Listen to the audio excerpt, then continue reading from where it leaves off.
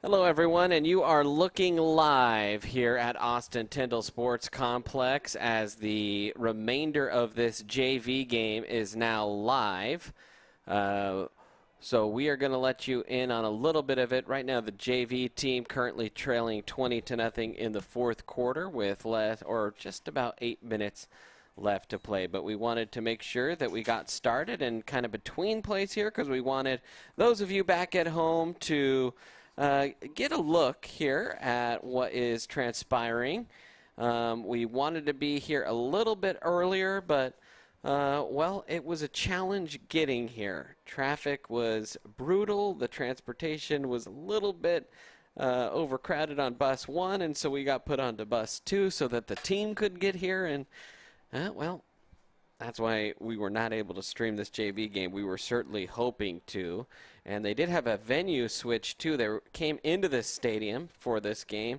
And that's where the JV game will be as well on Saturday. So pretty cool stuff. This trip down to Florida has been a pretty special time for these kids. So we'll keep our eye out here as we watch these Tigers try and make a little comeback here in the last few minutes of this one. And big turnover there. I do know this JV team is splitting their reps here as they are also playing, as I mentioned earlier, on Saturday. So we'll let you take a peek there. Don't forget to follow us on social media. We're going to kind of have a pregame show for you here, a little bit modified since we're watching this. We'll still have Preston's Corner and a modified version of D-Rich Picks. You know, another thing that affected this broadcast was the power going out at Erie High School. We had some assets.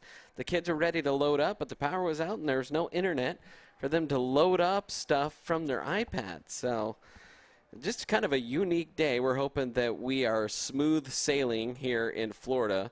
At least we have been so far, knock on wood, from the broadcast point of view. But so glad we could be back here joining you live from Florida for this big-time call. As this is the first time in my recollection that the football team has played an out-of-state game. This is the second time that the Erie Tiger Network has broadcasted, or at least I've broadcasted from out of state. I followed the wrestling program down to Moon High School in Arizona. That was a few years ago when they used to do that. So, but will be our first out-of-state football game for sure here at the Austin Tyndall Sports Complex here in Kissimmee, Florida.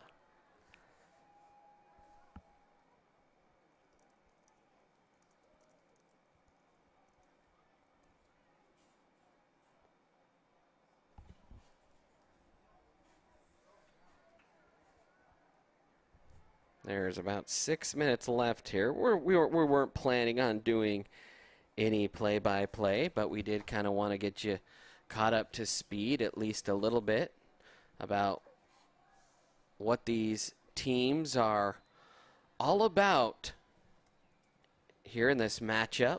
And this Vanguard team, let me just preface this for those of you waiting for the varsity game. It is going to be one heck of a team that the Erie Tigers are playing, perhaps the best team that the Tigers will face this year, and perhaps in the last few years for sure. So, and that includes some state championship teams that the Tigers has played. But you look at this Vanguard roster, they have some D1 talent peppered across the roster. Part of our pregame show that we wanted to talk about as there's a timeout. Let's talk about that here. Your starting quarterback is a University of South Florida commit, an 89 overall composite 3-star in 24/7 sports. He has a teammate, an offensive tackle, Terence Mormon, who is also committed to the University of South Florida. Then you have Cameron Powell here, the one of the safeties. He has 16 teams interested, including an offer from Tennessee, so a big-time commit, or recruit, rather. 83-star safety, defensive player. Will have a bevy of options. Then you have Jamil Watkins, who has 5 teams that are interested. A Western Kentucky commit in Dallin Ponder. I know Chris Allen, I looked at his 11 teams, and he does report several offers from many of them. And there's actually a player that is not even pictured on their commit or on their list except at the very bottom, and that was just outside our screenshot there, and that's Markel Davis, and he has a bevy of offers, and he is a junior linebacker and strong safety, and that's probably why he popped up new. Is he is not a 2024 kid, he's a 2025 kid, and so that is the kind of talent that you are looking at from this Vanguard team, as that pass fell incomplete. The Tigers, of course, Blake Barnett is a 3-star committed to Kansas State. Jackson Kogel, a 3-star committed to Washington State. And Mason Kogel, also rated a 3-star by 24/7 Sports. And so, as this game is winding down to an end, just a little reminder that tonight's broadcast will be a little bit limited in its scope. And I guess technically what we mean by that is we will not have instant replay available to us. We will not have a scoreboard. We were hoping to be able to get that. We're just limited on crew and resources here, so we had to travel a little bit light. But the important thing is we are live and you are watching us, and we're happy to throw our first little ETN party. So shout us out in the chat. Let us know where you are watching from. Don't forget to follow us on our social media on Instagram, TikTok, Facebook, and Twitter, or X, I guess. I'm not going to get used to saying that. I'm going to have to reprogram. But the plan was that we would get started with the administration of the pregame in-stadium stuff at 7:55. And so right now it's 7:42. and there's still a few minutes left in this game. Tigers certainly have had some opportunities in this JV game when we have looked up. And after the interception, looks like Vanguard will have the ball here inside the Erie 10. While we have a moment, let's go over the starters for tonight. One of the graphics that we just kind of ran out of time to make, but your starter at quarterback, of course, is Blake Barnett. The starting offensive line for the Tigers from left to right, a left tackle, Cole Powell. James Gottrin is starting at left guard. Cade Koblentz will start at center. Cash Rhodes at right guard. And Jackson Kogel will start at right tackle. The H-back will be Mason Kogel. And the starting wide receivers will be Alex Sweeney, Donovan O'Brien, and Josh Levine. And the starting running back will be Gavin Lusk. You will see a lot of Kaveh Meredith and Ronan Ward in there as well. Braylon Tolliver we expect to see, but that's your starting offense. By the way, a shout out.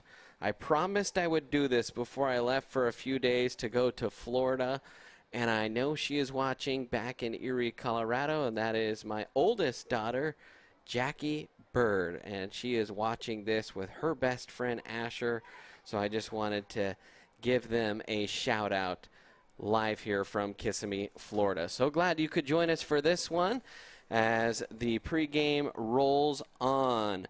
And we are taking a peek here at D. Rich's picks. Let's take a look at those right now. D. Rich's picks, you see some big marquee matchups across the state. He said that he thought Montrose would beat Palmer Ridge. Of course, Erie will be in Montrose in a couple weeks. He said Broomfield over Longmont, Cherry Creek over Ralston Valley, Valor Christian over Regis Jesuit, and Loveland over Fossil Ridge. So that is D. Rich's picks for this one. And in between the end of this JV game and the start of the varsity game, that is when we will go live with Terrence's Corner. So I know that has built a mini cult following in Erie. I know Zach Worth will be watching it of interest, always bringing up Terrence's Corner. So we are planning to have a pretty good time here as we continue to give you a live look in here at the end of this JV game here live from Austin Tyndall Sports Complex in Kissimmee, Florida. And, well, let me tell you, these Tigers, they have had a good time coming down here. They left the school yesterday at 3 a.m. and loaded up on a couple buses, were shuttled to DIA, where they got on a plane that was, I would say, 95% Erie personnel. And wouldn't you know it, the pilot randomly from Erie, Colorado, our pilot, Mr. Warlock, might recognize that name. So that was pretty cool coincidence. Flew us safely. An excellent job landing the plane, might I add, from Denver here to Orlando. And the team was then shuttled to their practice yesterday and then their hotel, the Universal's Cabana Bay Resort, where they have headquartered here for the week. So pretty fun time here. These boys were in high spirits this morning, a lot of energy. They're pretty excited to be out here. The varsity team starting to filter itself onto the field in behind them. The colors will be swapped here. Erie will be going with their black jerseys for the varsity game. Not sure. I'm sure Vanguard will wear their white uniforms, the Vanguard Knights. Vanguard, pretty solid team out here in the second biggest football classification. They made the playoffs last year, got to the second round, an 8-4 team overall. We already talked about the amount of Division I commits that they have. So a good team. Only a minute and a half left here in this JV game. So glad that you could join us. as we are just making sure that everything looks great on our stream. And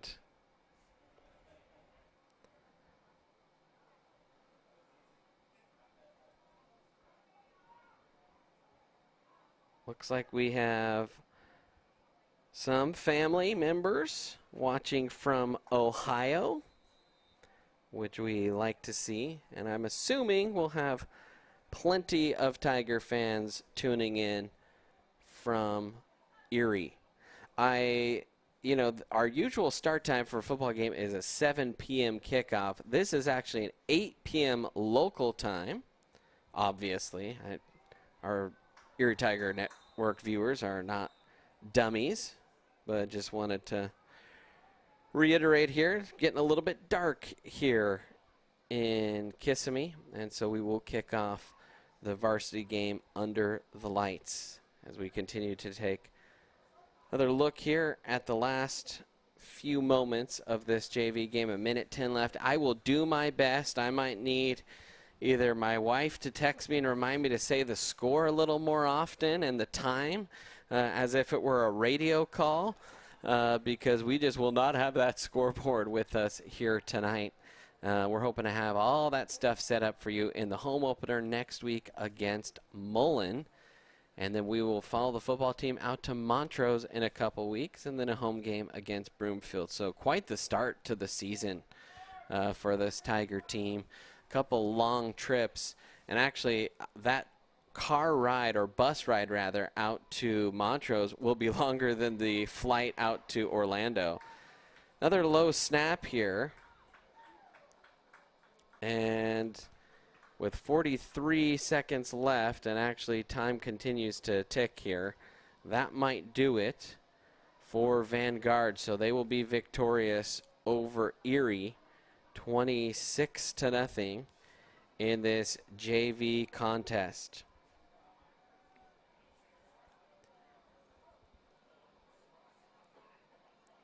And with 15 ticks left, it looks like the coaches are going to just walk into the middle, shake hands, and get set for the varsity game. That's going to do it for the JV game. We are going to take our first time out, kind of catch our break. We'll come back. We'll have Terence's Corner. We'll go over a couple of special numbers and stuff you might want to be aware of and more. Stick with us here as we bring to you high school football, the opening week, live from Kissimmee, Florida.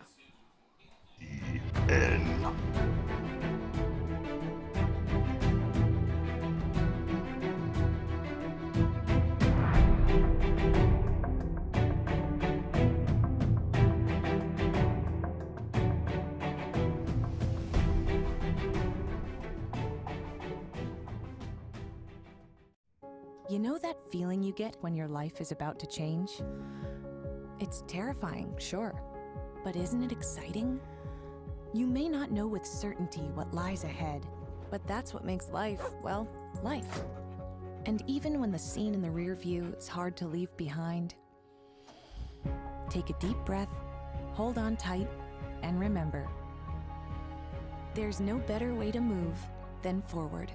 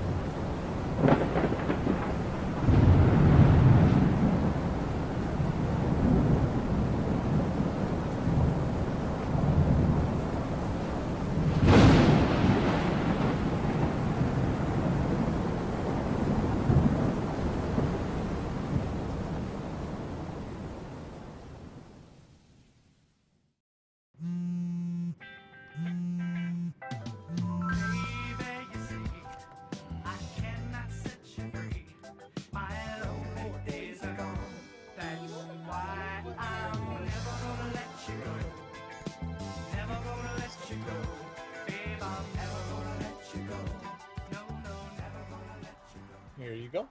Thank you. Thank you. Never gonna let you go.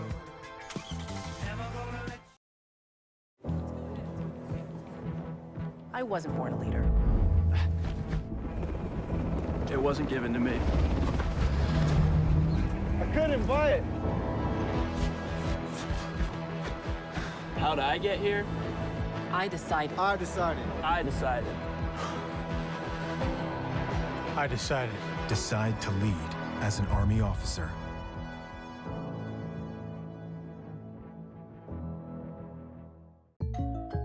Hey, I didn't order any pizza. Jake from State Farm. After you saved me so much dough on insurance with that Parker promo, I devised a promo for you. Here's the deal, Parker. State Farm offers everyone surprisingly great rates. Right. Pepperoni pockets, cuckoo crusties, There's no promo, it's just great rates. and a cider ranch. For surprisingly great rates and great service, call State Farm agent Jeannie Hulse in Erie today. Front Range Landfill puts all your needs in front of everything else. Front Range Landfill won Erie Chamber of Commerce Business of the Year Award. And welcome back in, Erie Tiger Network. Brandon Bird here with you as we continue our live coverage here of Erie Tiger football from Kissimmee, Florida, here at Austin Tyndall Sports Complex as the Erie Tigers set to take on the Vanguard Knights. And we are so excited. It is the start of high school football season. And what better way to kick it off than to kick it out to Terence with Terence's Corner.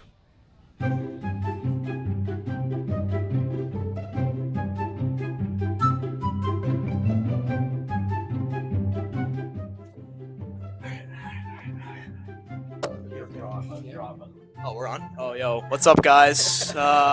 It's been a long time, very long time, since we were back here in Terence's Corner, but we're back. And who am I with here?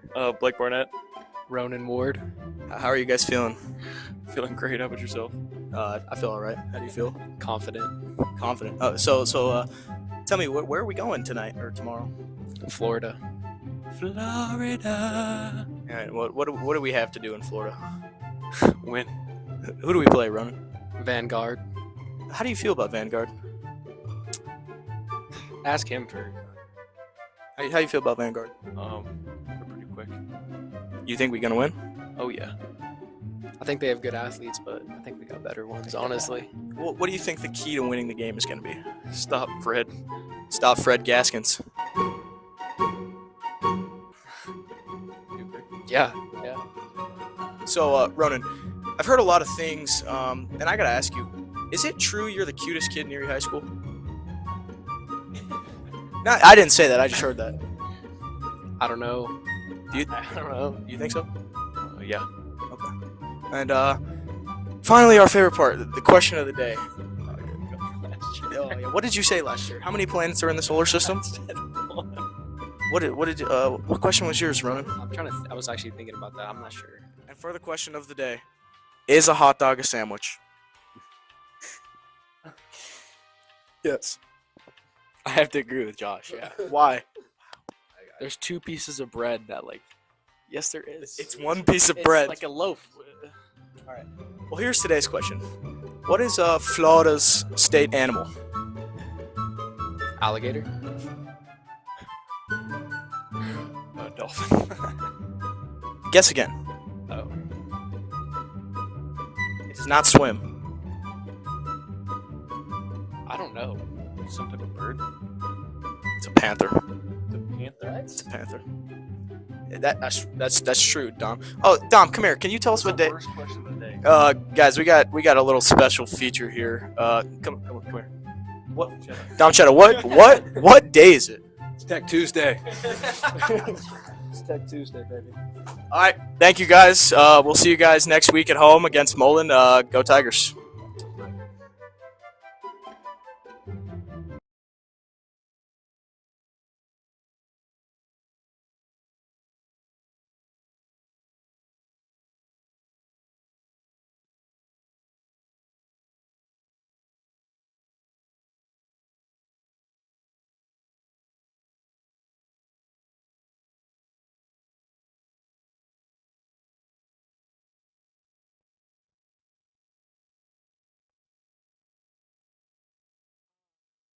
Alrighty, that was Terence's Corner. That was the very tail end of the national anthem there.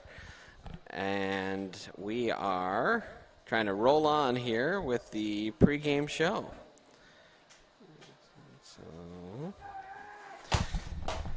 All right, we continue on here with our pregame show.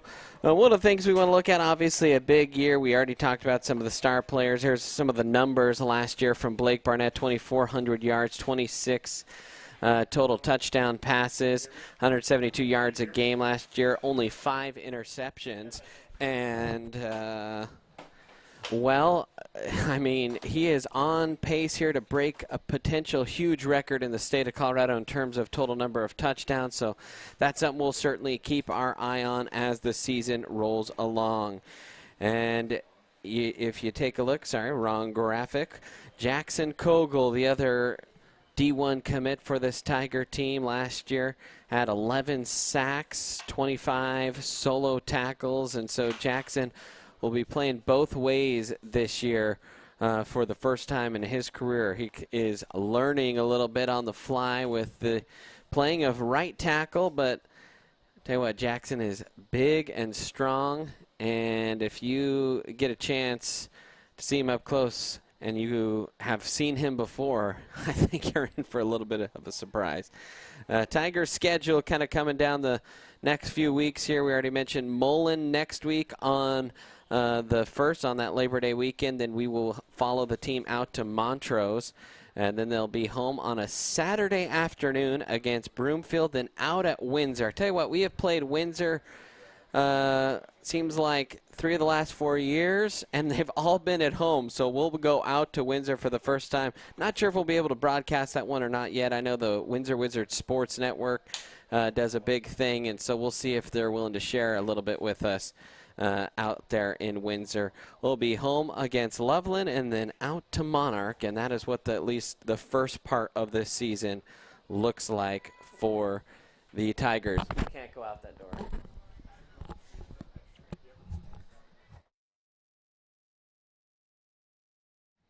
So that is what the start of the season looks like, and I believe we are close to kickoff here. We'll take just a moment here on the Erie Tiger Network.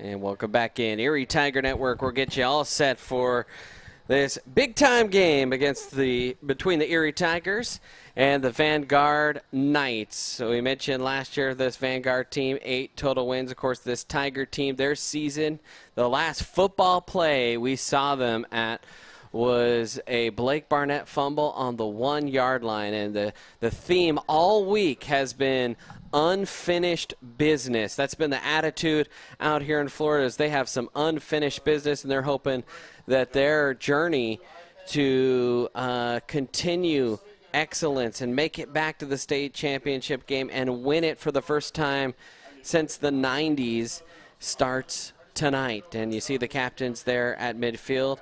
That is Cole Powell out there. Along him is Preston Terranova, Jackson Kogel, and Blake Barnett, your captains tonight for the Erie Tigers, taking the coin toss. Tigers wearing their black uniforms and orange crowns here tonight. Vanguard, they're actually waiting to run onto the field and bust through the banner. There was no official warm-up on the field, so all the warm-up was done on the sideline. So just a different, unique feel for tonight.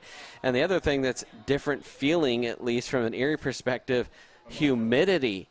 It was in the low 90s today, but our heat index said that it felt like it was 98 degrees, and so quite a bit cooler here as we roll into the evening, thank goodness, because it was pretty toasty here the last couple days in Florida. The team's shaking hands. They're ready to get things started, and so are we. And we may have Color joining us at some point tonight. Some of the JV kids were going to hop on and help us. And, in fact, one might be coming here real quick. I'm going to mute our mic for a moment as you take a live look in.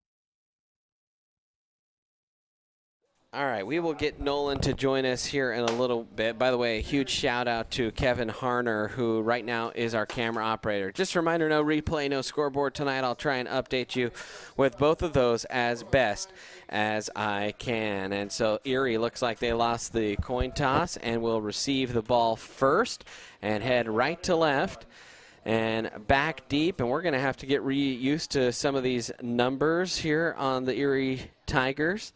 Let's see, Preston Terranova back there. And who else is back there for the Tigers? It looks like it is Josh Levine. And both Erie Tiger Network students right now. Here goes the kick, end over end. It will be taken by Levine around the 7. Levine will string it out to the right side, cuts it up near the right hash, and he will be stopped, I think, just a little bit short of the 20, and that is where the Tigers will take over for the first time this season. And so Blake Barnett will lead the Tigers out. Tigers will go 2 wide to each side. Cave Meredith here on the near side with Sweeney and Levine and O'Brien to the top of the formation. You have Gavin Lusk flanking Barnett in the shotgun. Barnett scans the defense. He's going to look to his right, pump fakes. Now will throw the deep route, and good job kind of coming over the top and jamming the receiver. That time was Cameron King, and that one will fall incomplete. So had a little pump and go. Tigers unable to complete that one. And now 2nd and 10 here for the Tigers.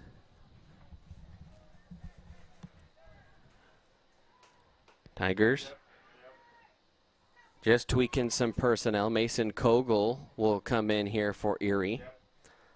They'll reset the play clock here. Kogel split out wide to the far side, trips to the near side. Lusk flanking Barnett. Barnett takes the thigh-high snap, looks to his right now. He scrambles up the field. He's going to get sandwiched between some defenders, actually breaks the tackle and fights his way forward for a couple of yards. So a 2-yard pickup there turned nothing into something was Blake. And the Tigers now facing a 3rd and 8.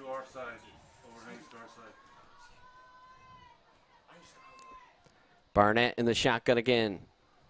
He'll roll to the near side. Barnett stops, looks downfield, has a man on the post route. Oh, just deflected away. That was a heck of a defensive play down there. Jamil Watkins knocked it away as that pass falls incomplete, and the Tigers will start 3 and out on their first drive of the game. 11:05 remaining here in quarter number 1. And we will see Carson Hageman as the punter here for the Erie Tigers, replacing Caleb Harner, who's now down at CSU Pueblo trying to earn the starting punter job down there.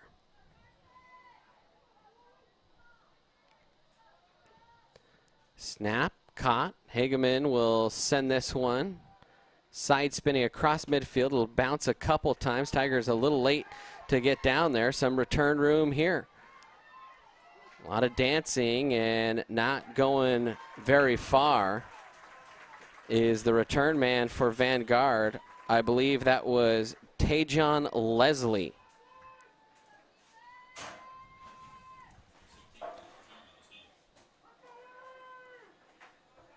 And so Vanguard, led by University of Southern Florida commit, the Bulls, out in Tampa. They have a new head coach, Alex Golsch. And he's a quarterback commit for them, Fred Gaskin, a dual threat, a true dual threat. They'll throw the bubble over to the right side. Tigers trying to scramble to get it up the far sideline is Cameron King, and a good first down gain for Vanguard, a pickup of 11. So second play on offense here for Vanguard, 10:37 remaining here in the quarter. And they will snap it in Erie territory from the 48. Tigers were blitzing, late find out of the backfield. That was a good job buying time, Gaskin, and he dumped it off to his running back. And they'll mark him down at the 40, an 8-yard pickup there. And I believe that was to Tajon Leslie. And they'll actually only give him about 6 there on the little pitch and catch. And that'll bring up 2nd and 4 here.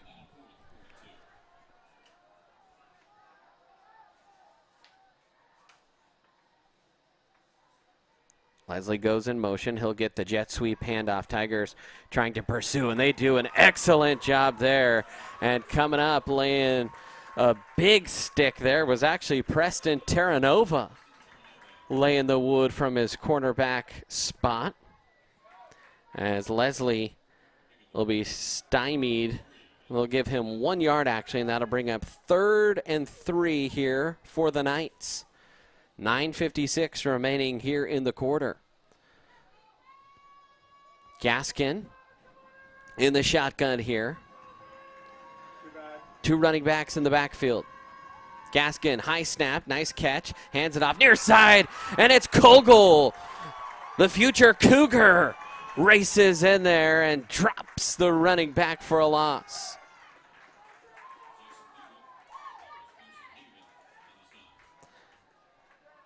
And I heard actually Carson Hageman's name. I thought I saw it was Jackson. Couldn't tell if it was 54 or 55. I think that was Jermaine White on the carry for a loss of 1. And now on 4th and 4, Vanguard. It looks like they are going to go for it here on the Erie side of the field. Fred Gaskin in the shotgun here. 9:04 remaining here in the first quarter of play. Gaskin claps his hands, takes the snap, rolls to his left. Here comes the blitz. Has pressure in his face, throws off his back foot, overshoots his intended target. Good defensive play for Erie. Coming up in coverage for the Tigers, I believe, was Noah Garcia, and a turnover on downs, and the Tigers will have good field position here on their second offensive drive of the game. Yes. Oh, I'm just not getting up top right now. We're on defense.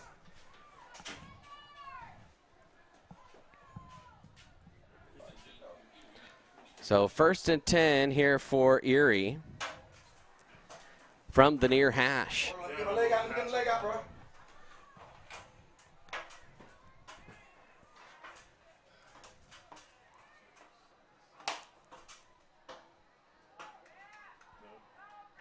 And now Barnett, flanked by Lusk. Tigers have yet to run the ball. See what they do here.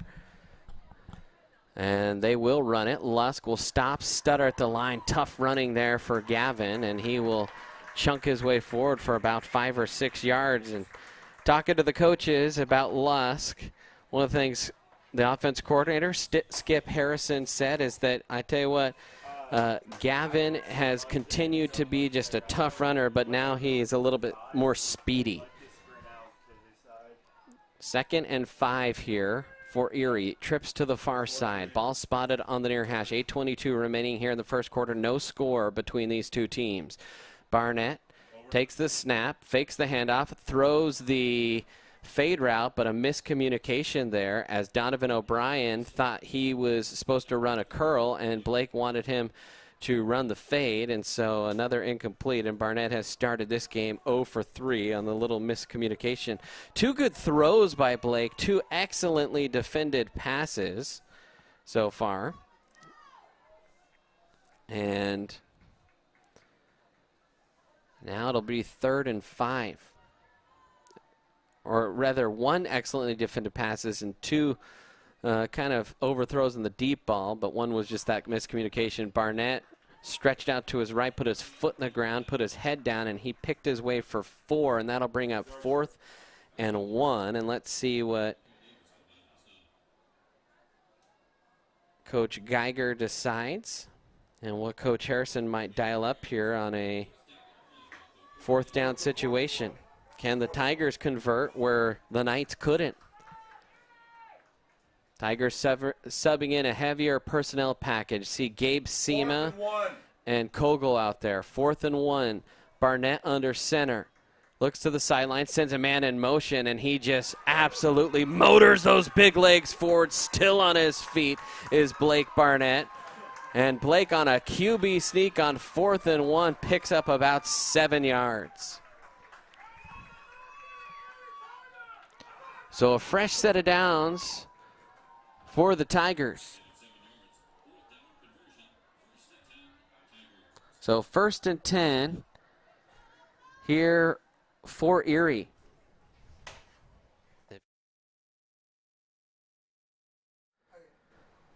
Barnett in the shotgun here. He's going to adjust the play at the line. He's got 3 wide, 2 to the top of the formation. Barnett looking. Steps up, fires the deep ball. Oh, and just overshoots Donovan O'Brien. He was trying to dislodge himself free from the defender and just got tripped up on that deep ball there. Donovan O'Brien, a junior, will come out. Ronan Ward will check in here for the Tigers. 2nd and 10. Barnett takes the snap, looks, blitz, delayed handoff, and Vanguard read that all the way. And a loss there of about 7 yards for Gavin Lusk. Tigers tried to maybe use a little bit of the speed of this Vanguard defense against them. 6:39 remaining here in the first quarter, no score, as the Tigers have it 3rd and about 17-16 here in Vanguard territory. Blake Barnett peeking in with the sideline. New quarterbacks coach. Coach Lusk signaling in plays down there along with Coach Schuyler. Barnett claps the hands. Will throw the little wheel route here on the near side. Lusk catches, tries to stumble forward. Did he have enough for the first? He's awful close. They needed about 16. And I think, well, they might have to measure this one. They got it. 1st down for the Tigers. So a nice little shark wheel out of the backfield there from Lusk.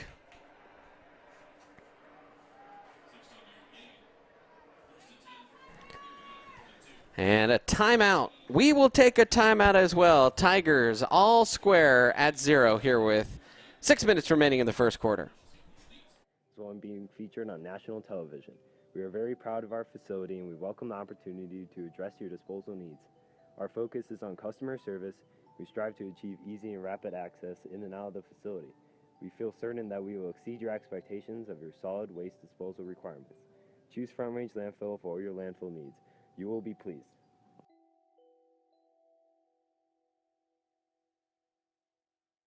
Do you have a plan in place for your family's future in the event something happens to you?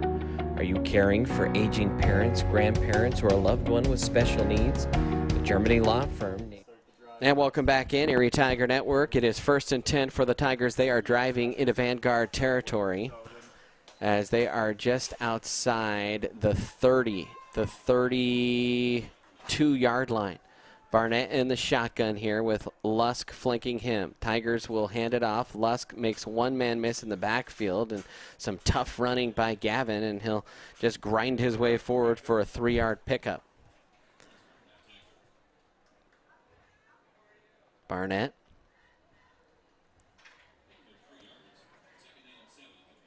Couple rushes for him. Lusk. Tigers have run it 6 times, only 14 total yards.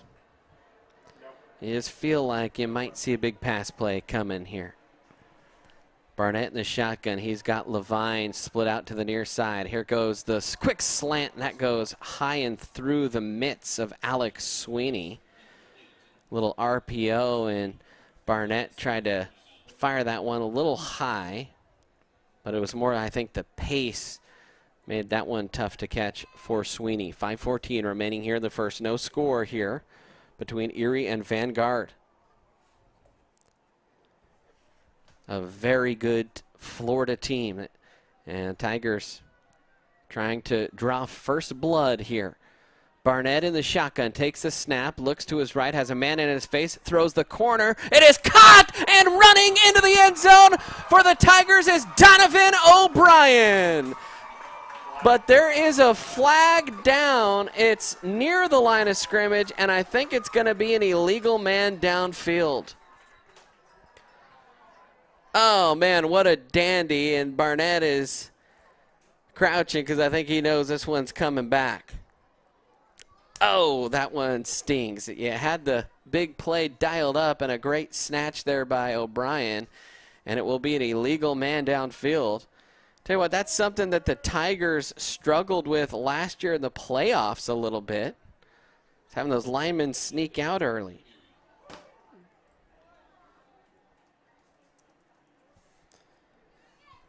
And so a 5-yard penalty, but really a 7-point penalty for the Tigers. That's a tough one to swallow.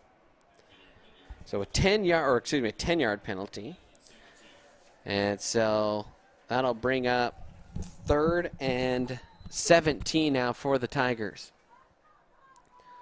Barnett with 5:02 remaining here in the quarter, and they're going to stop this. The far sideline official, I think, maybe wanted a timeout.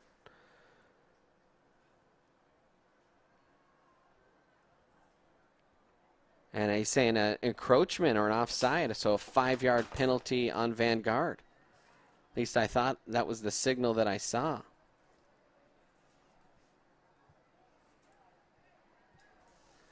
So it'll make it a little bit more manageable. 3rd and 12 here. Tigers don't have to get it all. They could go for it on 4th here. Single coverage down at the bottom of the screen. Read option there. Handoff.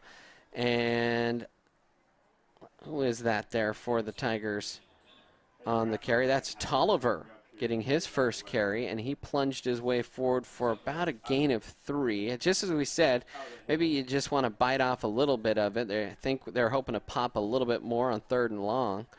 But now that'll bring up 4th and 9. Quickly to the line are the Tigers.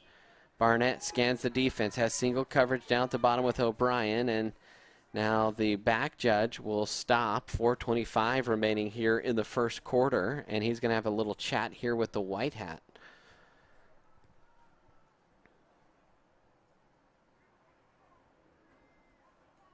Don't know what that was about. So 4th and 9. Barnett takes the snap, rolls to his right. He's got pressure, stops, rifles one into the gut of Ronan Ward. A nice catch underneath. A 12-yard pickup there for the Erie, and just an absolute bullet on the run there. From Barnett to Ward, moves the chains, and now it's 1st and 10 for the Tigers. They continue driving here. 4:10 remaining in the quarter. No score. Barnett from the far side. Tolliver, the running back. He will keep it himself. Barnett steps out of a tackle, still on his feet, trying to shove a man aside, and Barnett, a nice pickup there on 1st down, a pickup of about 13. And there you see the speed and athleticism of Blake Barnett on full display. The future Kansas State Wildcat trying to join John Pastore out there.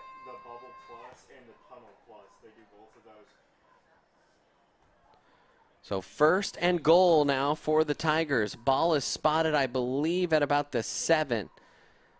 Handoff to Tolliver. He gets stacked up at the line of scrimmage, and not much room to negotiate out there. They'll give him a yard. 5-yard line. A 13-yard run there by Barnett, the longest of the game so far for the Tigers. And the Tigers have really controlled the ball well on this drive. Really chewing through the clock, keeping that potent Vanguard offense onto the sideline. Barnett in the shotgun. He's got 2 wide to the far side, 1 here to the near side. They're stepping up. Yeah, they got 1 stepped up. Barnett takes it, throws a slant, has his man. Oh, it hit him in the back shoulder, and not able to hold on was Josh Levine. Barnett got rid of it quickly. He read that single coverage. Levine ran the hard slant, and it glanced off his shoulder pad and careened to the turf. A missed opportunity there for the Tigers will bring up 3rd and goal.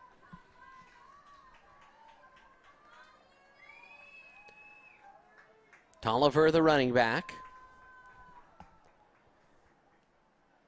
Tigers, a really good crowd out here, that's for sure. A game across the country. Barnett keeps it to the right side, cuts up the field, runs into a wall of white jerseys, and he is stacked up after a gain here. They'll mark him down to the 3-yard line.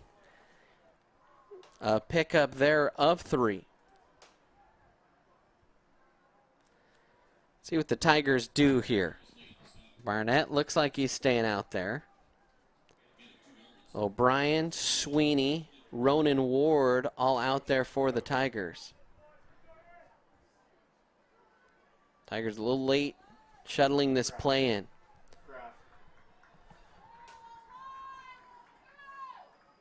4th and goal from the 3. Can the Tigers cap off a solid drive? Sweeney in motion. Barnett looks at the slant, flush, throws it, end zone, caught, touchdown, Donovan O'Brien. 3 yards, and the Tigers draw first blood.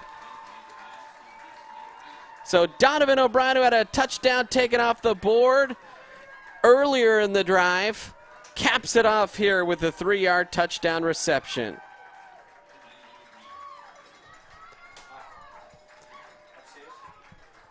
So with 2:02 remaining here, the Tigers lead at 6-0. And now out to kick the extra point, I believe, is Tyler Hoffman. Tigers in that little swinging gate look. Ronan Ward, the holder. Hoffman, the field goal kicker here for Erie, the left-footed kicker. But how about that? A touchdown drive there from the Tigers. Snap. Good, hold is good, kick is up, and it is good. And the Tigers, they lead it here in Florida, 7-0. We'll take a quick timeout here on the Erie Tiger Network. 2017 Erie's Chamber Business of the Year provides expert legal guidance and peace of mind for you and your family in the areas of probate, elder law, and estate planning. Visit Germany Law Firm's Erie Village office or website at coelderlaw.net. Set up a personalized consultation. Hey, I didn't order any pizza. Jake from State Farm. After you saved me so much dough on insurance with that Parker promo, I devised a promo for you. Here's the deal, Parker. State Farm offers everyone surprisingly great rates. Right. Pepperoni pockets. Cuckoo crust. And welcome back in, Erie Tiger Network. 2:02 remaining here in this first quarter, and tell you what, a great first scoring drive by the Tigers. Melted most of the quarter off the clock. And the Tigers do their little dummy onside here.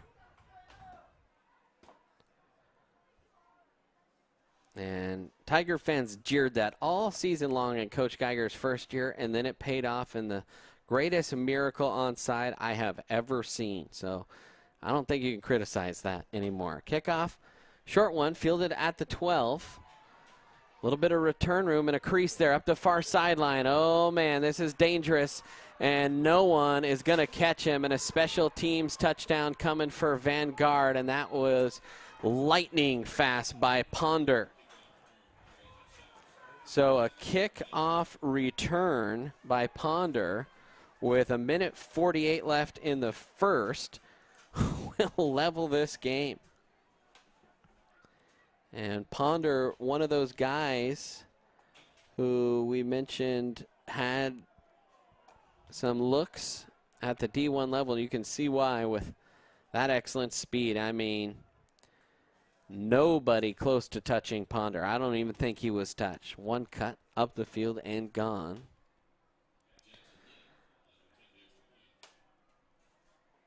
And now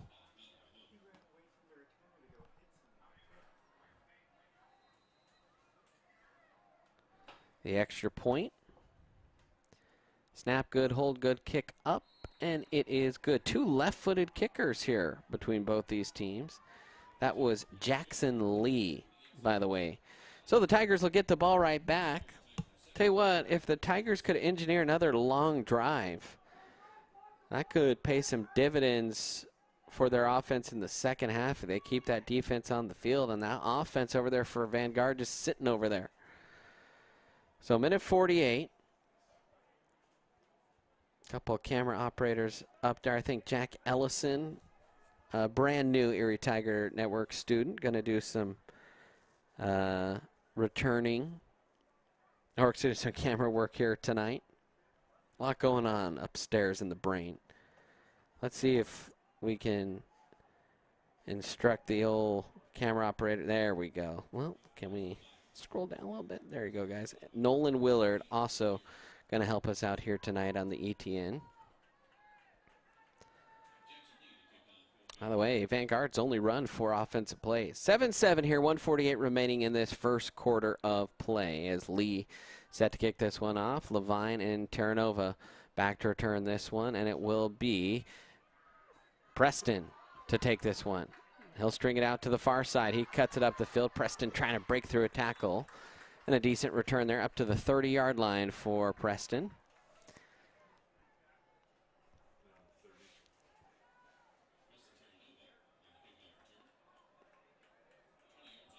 Preston, one of the few kids I got a chance to interact with today as they were out and about while we were trying to get ready for this. He was real excited, and he was looking at Harry Potter ones in the shop here. Maybe he can pull some magic out of his hat tonight. 1st and 10. Barnett in the shotgun, takes the low snap, looks, flush from the pocket, running to the near side, looking downfield, doesn't have a receiver. Now finally emerging, but dead sprint, tried to huck that one, 30-plus yards down the field. Couldn't quite get enough air under that one. That one falls incomplete. Barnett only 3 of 10 right now for 31 yards. Does have a touchdown that was called back and threw a touchdown. Barnett 29 yards rushing so far on 5 carries. You can see that front for Vanguard real solid. 2nd and 10 now for Barnett. Dual wide to the near side. Barnett takes it. Gonna give it. Right side handoff and nowhere to go. And I think that was Lusk on the carry. Yep, it was. And they'll actually give him a loss of 1. So 3rd and 11 here for the Tigers. Barnett in the shotgun. Takes the snap, scans the field, fires the deep ball, has a man, lays it in there nicely. It's Donovan O'Brien again, and he hauls it in for the big catch. Dono coming to the rescue. And a 35-yard connection between Barnett and Donovan O'Brien. And the Tigers keep getting big 3rd down conversions here. Okay, hold on. 1st and 10 for the Tigers. Back on the Vanguard side of the field. Barnett in the shotgun, ball at the far hash. No, yeah, field side. And a hard count here, and Vanguard was way off, but 1 Tiger moved. And the question is, did he react or did he draw? And I think it was simultaneous, so we'll always give that to the offense. So a false start there, and a 5-yard penalty will back Erie up. 1st and 15. Ronan Ward out there. Alex Sweeney out there. Josh Levine split out wide. It looks like Gabe Sema, the H-back. And Lusk flanking Barnett. Tigers yet to really get this running game going. There's another fade route and a nice adjusting catch there by Josh Levine. Oh, and they will say that was out of bounds. I thought Josh was able to contort his body and maybe keep that foot in. And it looked like the official was calling that a catch, but was saying it was incomplete. So second down there. Trying to do the back shoulder throw.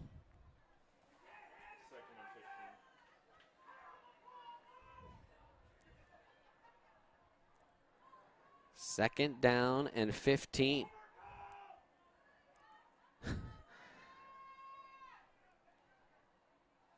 Barnett takes the snap, hesitates, runs it, reverses course, trying to break through a tackle, still on his feet. Barnett just continues to not be brought down and gets slung out of bounds. And a lot of running to gain 1 yard. That was the world's longest 1 yard run. Barnett ran about 35 yards to pick up one.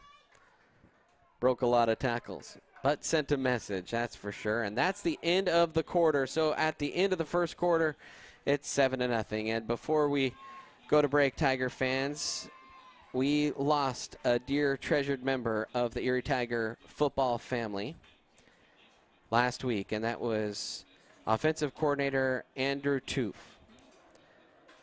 And so we just wanted to take a moment to recognize Toof, Coach Toof, and his contribution to this program.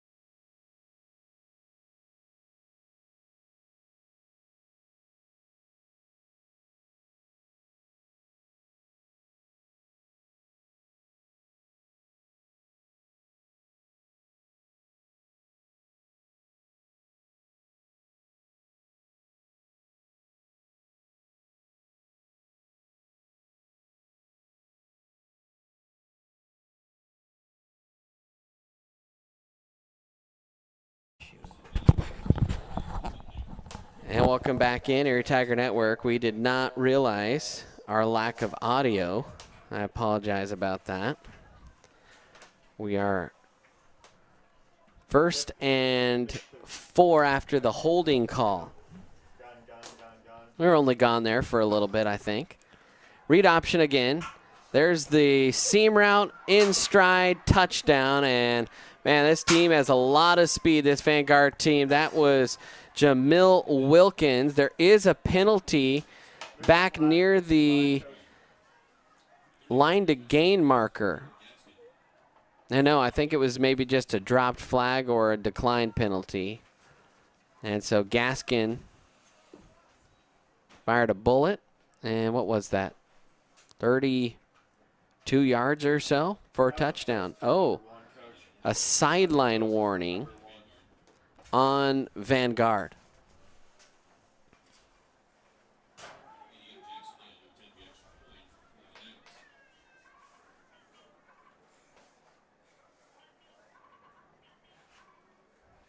How long was my audio down? Hopefully not too long. So 11:01 remaining. There's the kick. It's up, and it is good, and it is 14-7 here with 11:01 remaining in the second quarter.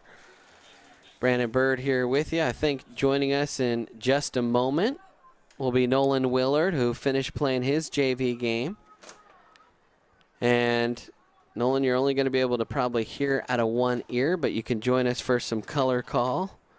On the fly, I'll tell you, bring the energy, be enthusiastic, have fun, don't be afraid to chat. So, first time rocking the mic, Nolan? Yeah. See if we can get your mic fully going here. Give me a test 1, 2. 1, 2. And let's try that again. 1, 2. There you go, and there's Nolan. What up? Nolan, an Erie Tiger Network student, also out here playing football with the JV team. And Nolan, you've watched the entirety of this game so far. What are your early thoughts? I think we really need to pick it up on special teams. I feel like special teams kind of hurt us. Other than that, I think we've looked good. Little pooch kick. There's some special teams action for you, and that one is caught by the up back and returned back to the 30, about 2-yard line, maybe 33, and that's where the Tigers will retake over for their 4th possession of the game tonight. So Barnett will head back out there for Erie, and it'll be O'Brien and Sweeney here to the near side. Levine up top. Lusk in the backfield. Far side of the field.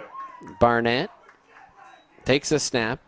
He'll hand it off. And that was Lusk. And not much going there for Gavin. He has 0 yards on 5 carries, as that defense has been pretty stifling against the run. Tigers only 2.5 yards per carry so far here tonight. I know we knew this defensive front from Vanguard is good, and that was going to be a tough challenge for the Tigers all evening.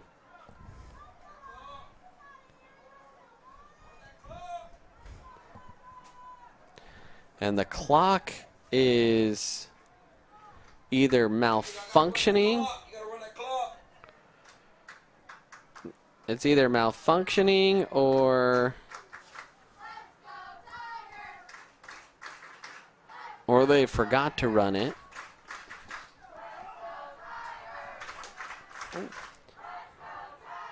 Parents getting excited here.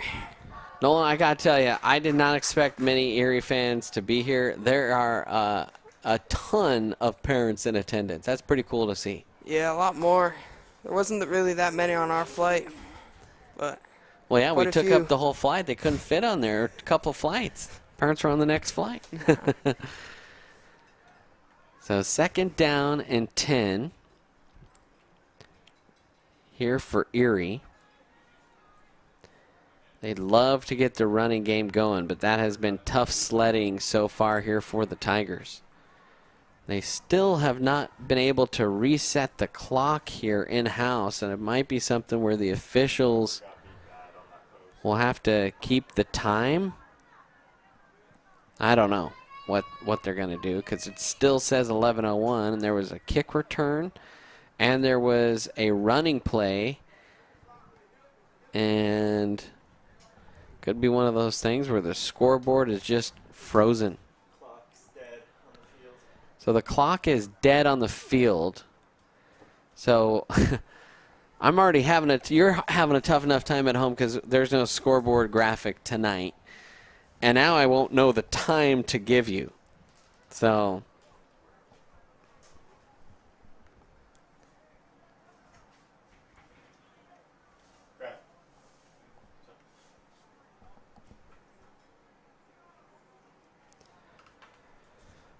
So 2nd and 10 here. And, well, hopefully we'll just get the word of the clock, because we won't have a functioning scoreboard clock. Barnett in the shotgun here. Takes the snap, hands it, and Tigers are struggling up front right now, and another loss for Lusk. A loss of about 1. So 3rd and 11 here. Tigers have had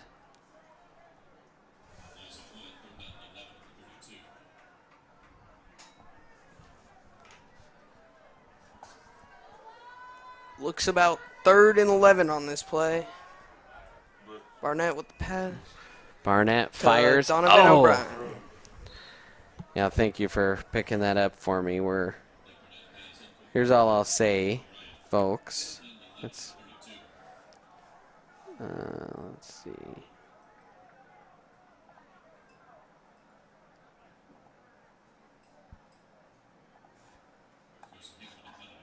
We are getting some text that, hey, I know it's the YouTube comments, but let's keep them civil. Tigers out to punt now. By the way, softball beat Legend 3-0. As that one is high, but out of bounds here on the near side.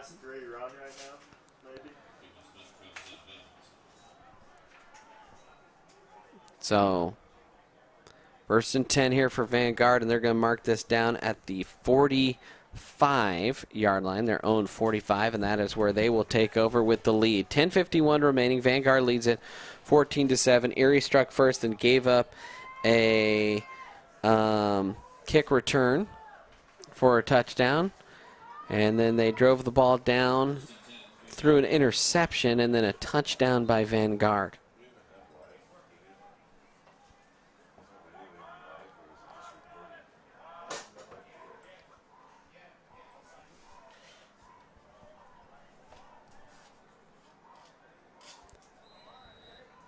First and 10 here for the Knights. 2 running backs in the backfield. Tigers showing some pressure. There goes the handoff, right side. Good blocking up front, room to negotiate, and a flag coming in. I think we're going to have a holding call that will bring this, what was about a 5-yard gain there.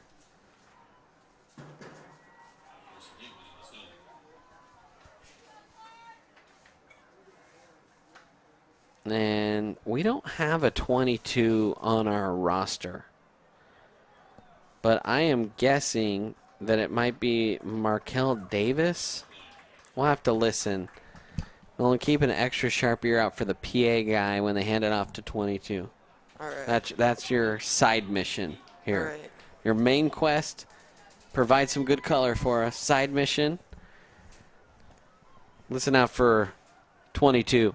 So 1st and, let's see, they threw that a few yards down the field. Oh, and are they stepping off another penalty? Hey, they like to follow 25 draft. They like to follow 25.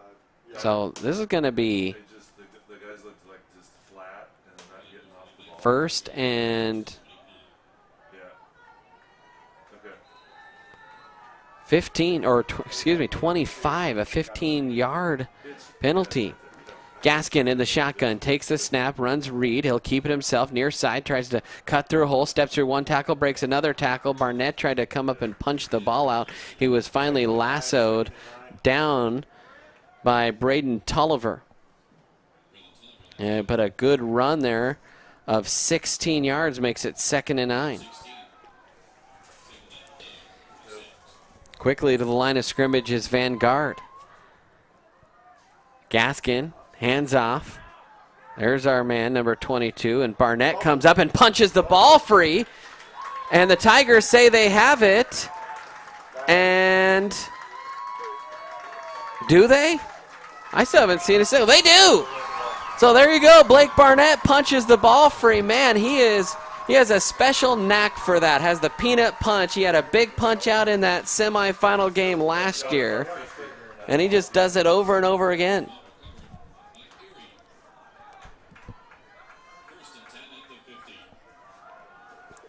I think Gaskin picked off Barnett. Barnett returns the favor by causing a fumble. And that is why the Tigers put their best athletes out there on the field. So Barnett, 1st and 10 for the Tigers, right at midfield. He'll check in with the sideline, hands on his hips. And I believe that is Jack Carnival out there. Nope, that's Lusk. Barnett will step up, has all day, had a man open underneath, and instead tried to throw to the 2nd level. And once again, Tigers a little bit discombobulated there. That was Levine. And Levine and Barnett haven't quite been on the same page here this game. Thought maybe even for a second Barnett had some room to run.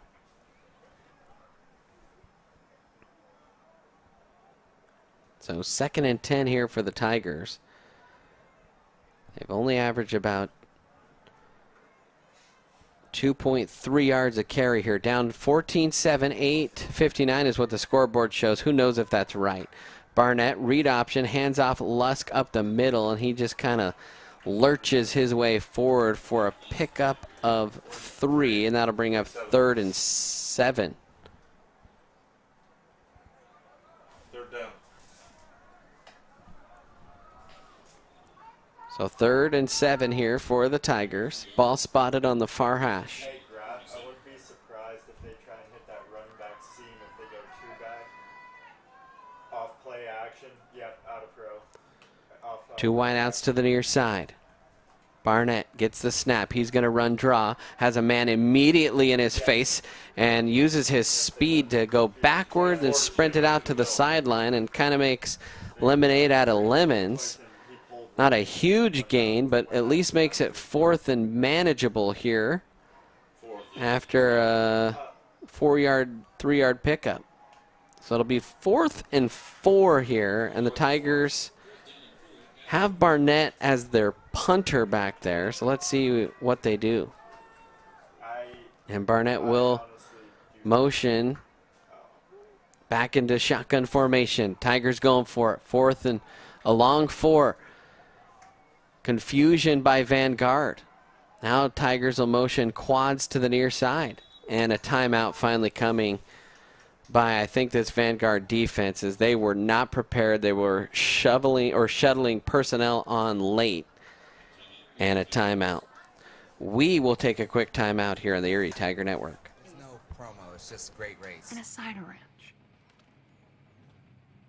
When you want the real deal, call State Farm agent Joe Johnson in Bloomington today. Like a good neighbor, State Farm is there.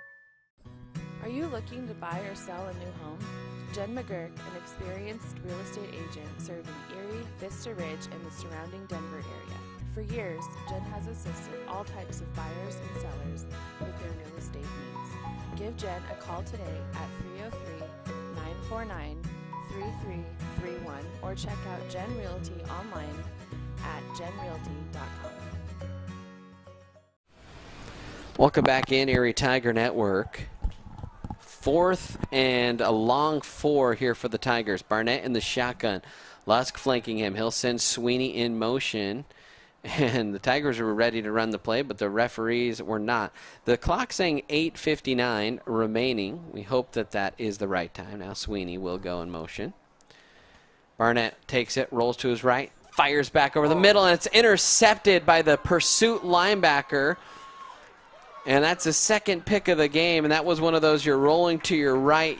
The design is to throw back against the grain, and that weak side linebacker came in and plucked it out of the air. So a turnover there for Erie. Looks like having trouble communicating out there, because I feel like there's a lot of miscommunications happening, ending up with a lot of mistakes.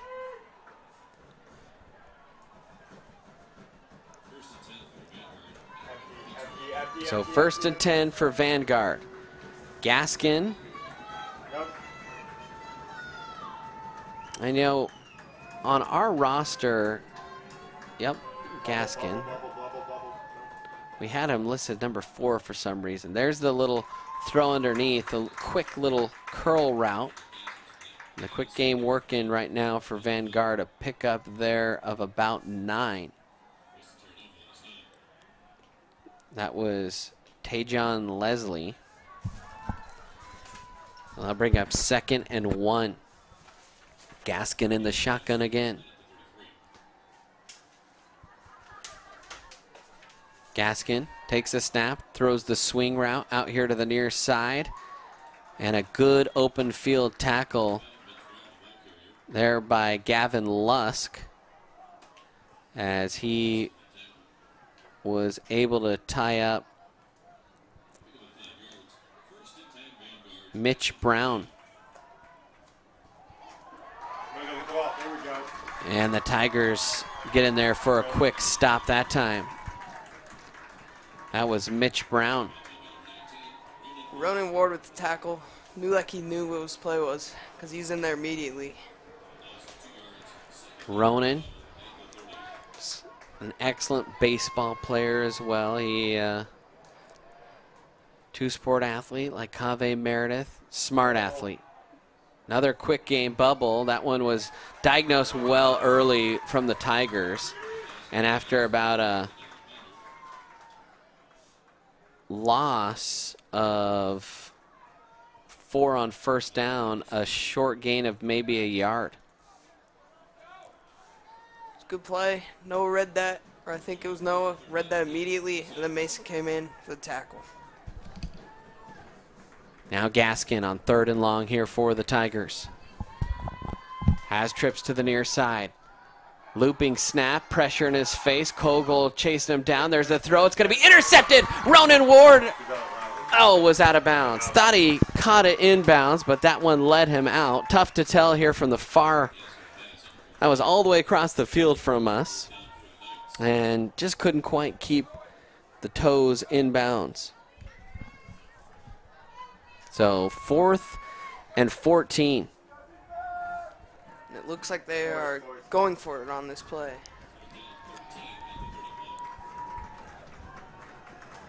So far, D-line can get in there. Cade, Jackson, Dom. Tigers have supplied some good pressure tonight so far, that's for sure. 4th and 14. Looks like we're bringing heavy. Looks like we're bringing 6 on the line down there. Low pressure, force a bad ball.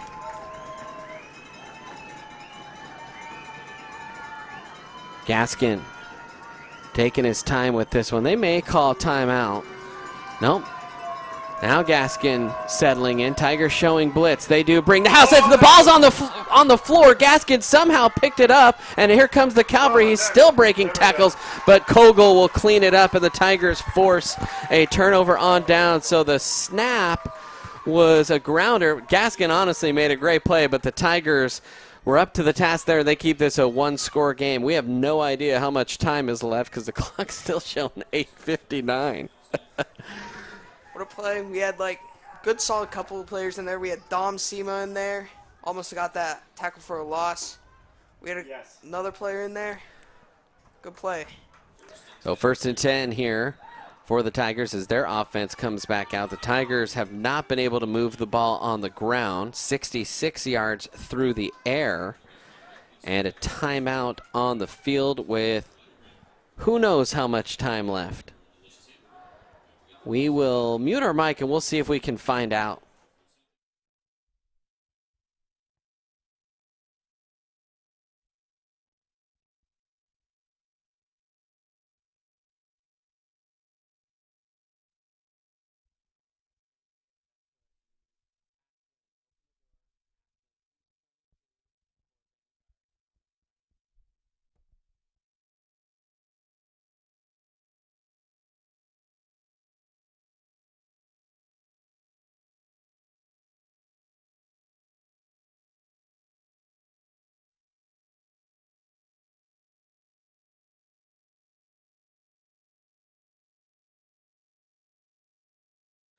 All right. Nolan doing a good job. 5:29 is the time that's left on the quarter clock. 14-7. Tigers trail it. By the way, Rembert. Is that? Well, I don't know. we just have no number 22 on our roster. We tried to ask, and I think it's Rembert. That's all we got. 1st and 10 for the Tigers. Ball spotted on the near hash, 2 wide of the top of the formation. And it is Braylon Tolliver in the backfield for Erie. Read option. Barnett's going to keep, and he is stuffed at the line of scrimmage. Making a real nice play up there is Bernard Little, the 5'9", 255 nose tackle. Looks like he didn't get fooled at all by that play action. Knew it was up. It's one of those where you might want to have seen Blake give up the ball there on the read. 2nd and 11 here. Blake takes the snap, looks, pumps, now fires the skinny post, and that just was jammed up at the line of scrimmage. Donovan couldn't quite get the clean release. Another incomplete pass here, and even the Tigers' passing offense a little bit stymied right now. Even with a good ball, that was a hard play. Quarterback had some pretty decent coverage on Donovan O'Brien there. 2nd and, or it does say 2nd. I swear it's 3rd. There was a run by Barnett, an incomplete pass, so this should be 3rd down, even though the down marker says 2nd. Might be a notorious 5th down situation coming.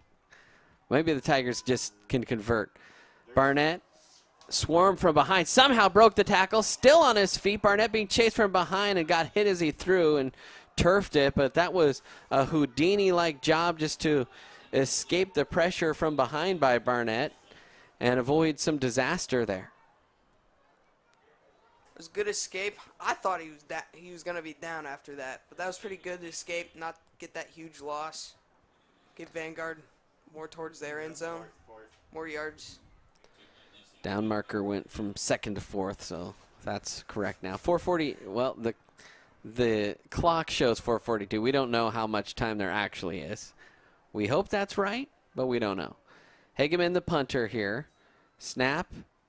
At his toes, he will kick this one end over end, a low one, takes an awkward bounce.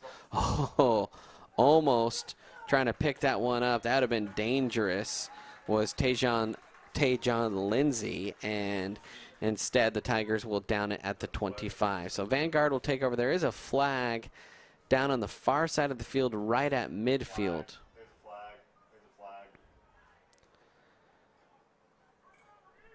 And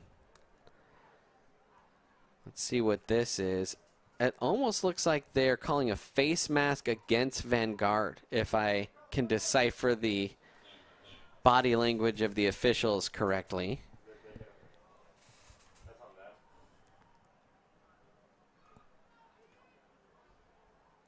And yeah, one official already stepping it off. Let's see what the official signal is here. It is just a hold, actually, on Vanguard. And so that will back them up to the 25, and that's where they will start with their drive. Tigers,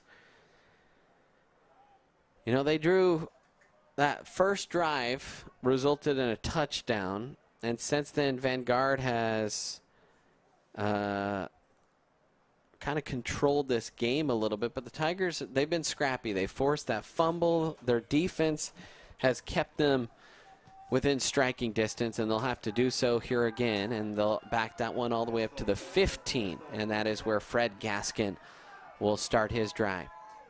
Gaskin waiting for the officials to get the play ready. The chain's now set on the far side, and Gaskin, with his toes on the 10, takes the snap. Here comes the pressure from Erie, and offside is called. They'll say that Ronan Ward, who came on the blitz, was in the neutral zone before the snap. From up here, it looked like he timed it great, but no protest there. Probably a pretty good call. Yeah. Thought we were going to get a tackle for loss there. Yeah, he was too far past the line. That was why he was back there in the backfield. Handoff near side, nice cut up the field, churning the legs, and finally being tumbled over across the 25 for a first down up to the 29. And that one was Markel Davis. First time we've called his name tonight, a 8-yard gain. Gaskin takes the ball, hands off to Davis again, and better job that time. That was Jackson Kogel that crashed in and got the stop. Erie fans thought there was some extracurricular after the play. 2-yard pickup.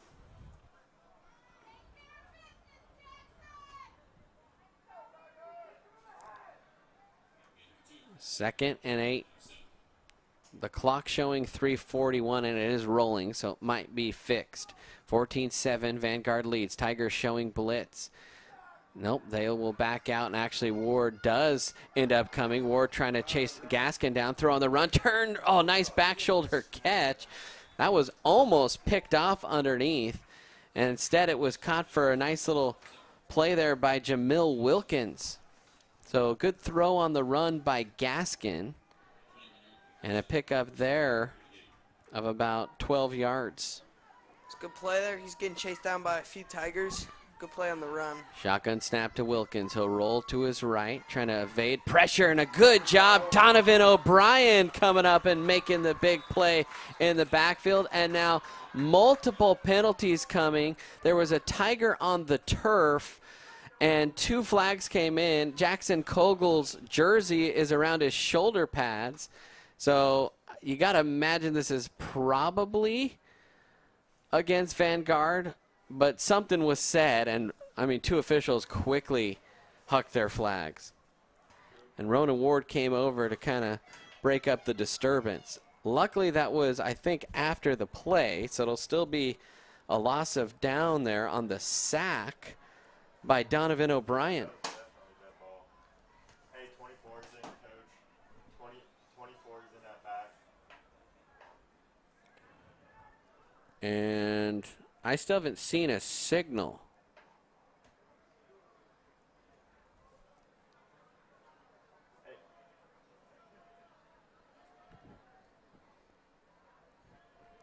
Gavin Lusk will check back into the game for Erie.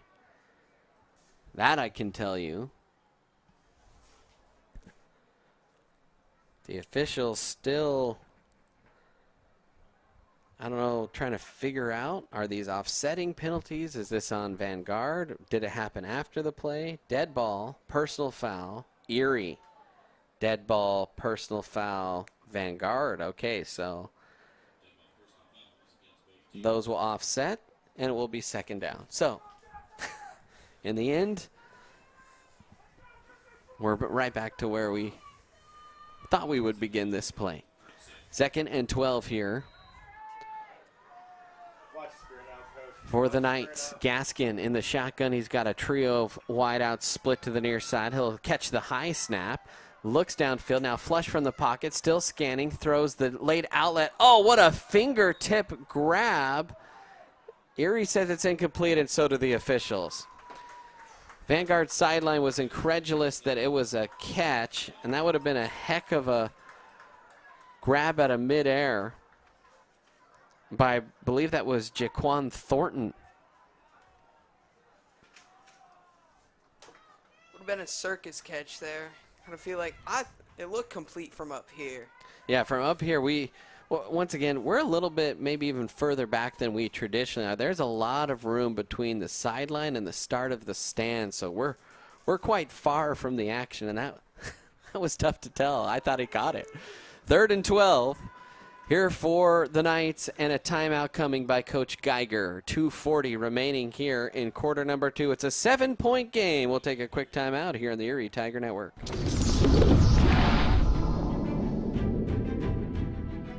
You are watching the ETN.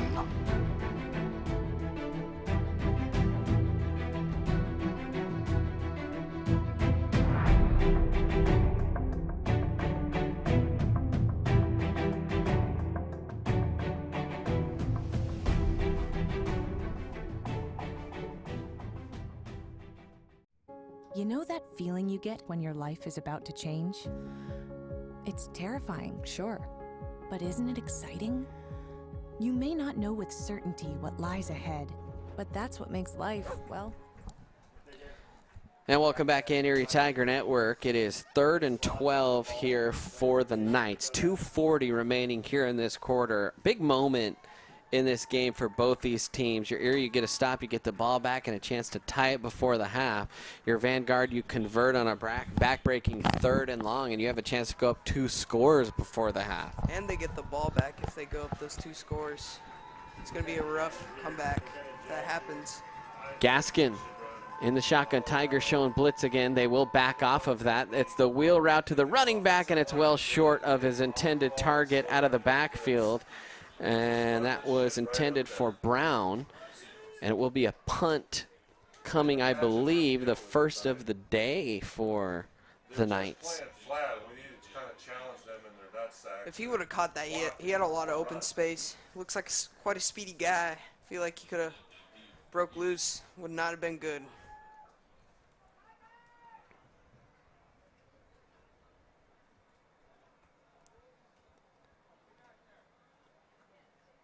The man deep for the Tigers is Blake Barnett. Snap, punt is away, an end-over-end punt. Barnett not really near this. He will pick it up off the bounce, and then he'll immediately kneel as he was staring down the barrel of about 4 white jerseys. So smart decision there, business decision, and the right one. Yeah. So Barnett will take over here with his Erie offense. Looks like we have a new right tackle in. Jackson Cole, and actually Blake Barnett went down on that punt, and he's out of the game right now.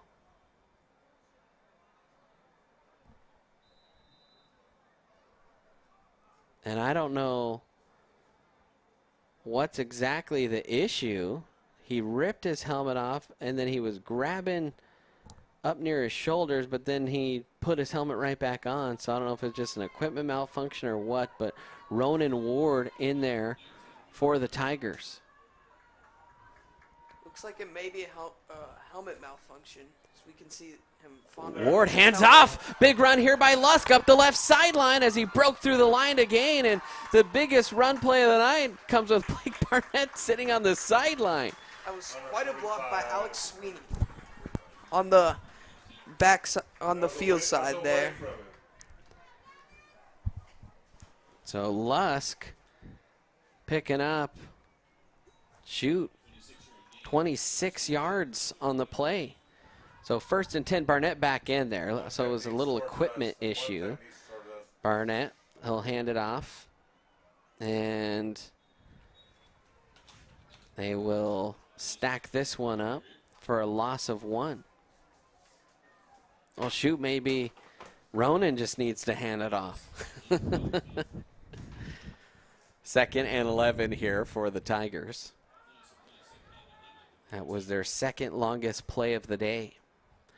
Barnett will have Lusk switch sides. He'll drop back to pass, has pressure, throws the deep out route. Oh, what a catch, Josh Levine.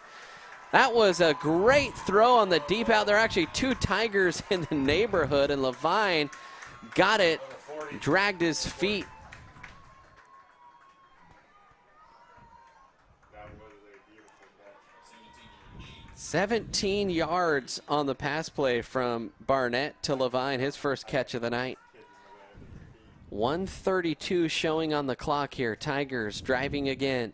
Barnett in the shotgun, takes the low snap. He'll roll to his left, stops, looking, fires it down the seam, try to hook up with Meredith. That was just a touch behind him away from the defender, and that was almost intercepted. Coming up to get his hand on the ball that time was, I believe, Cameron Powell. I thought we were going to have another interception there. I saw 3 white jerseys around 1 black. It was in the fingertips of one of them.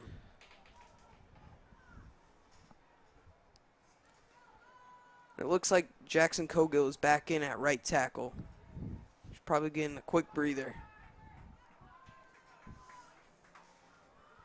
2nd and 10 here for the Tigers. Barnett takes a snap, looking downfield.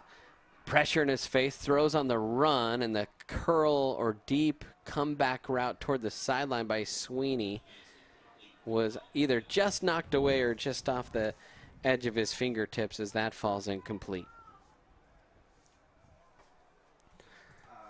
So 3rd and 9 here for the Tigers. They trail at 14-7, 1:13 remaining here in half number 1. You might see a run play here to milk some clock. Barnett scans the defense. He'll run read. He'll pull it out of the belly, throws the fade, and once again, Donovan O'Brien and Blake Barnett on different pages there. Look like the same play from earlier, the same miscommunication. Look like they're talking it out now. About a minute left, right? I don't know if that is a post-snap read that receiver and quarterback are supposed to make together, or if that's a pre-snap read coming in from the play call, but need to sort that one out. Just giving a play away there, and it stopped the clock with 1:07 left. And you're in that no man's land. It's like, what do you do here? You're close where a punt might only back them up, depending on the punt, 20 yards. Especially if it touches the end zone. I mean, if you could down it inside the 10, that'd be a win. Or you could go for it. It's definitely too long to kick a field goal. From here, that would be an attempt of 58 yards from the near hash.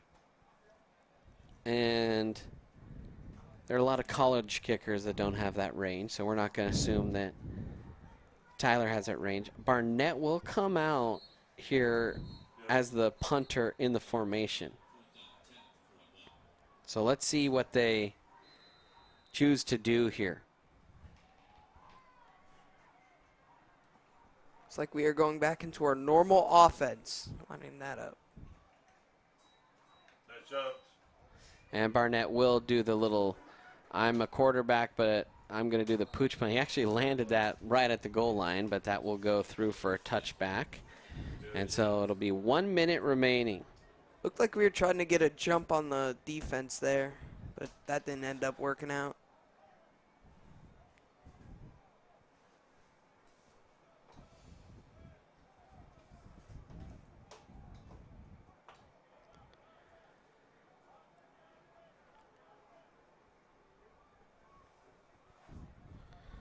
So 1st and 10 for Vanguard, and they looks like they're going to try and be aggressive here.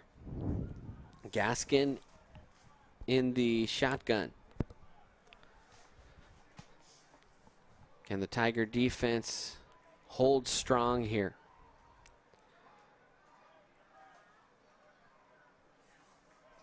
A quick touchdown here would be quite the blow. Going up 21-7. Gaskin going to run the old speed option And a decent gain there on first down. About a 13-yard pickup.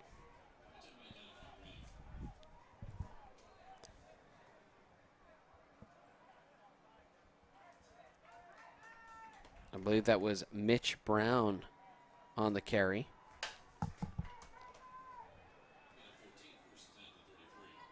So 1st and 10 for Vanguard.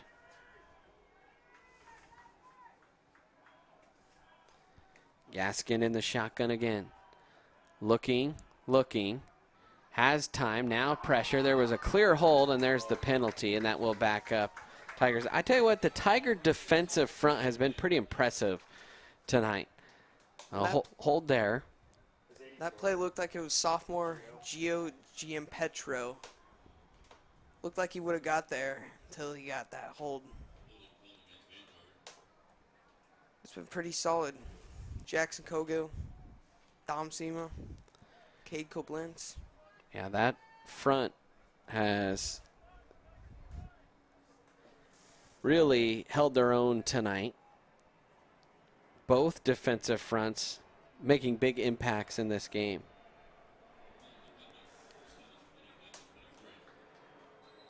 So 1st and looks like 22 or so here for Vanguard. Only 21 seconds left here. Tigers really going to drop in coverage. They're going to throw the bubble. Tigers great pursuit.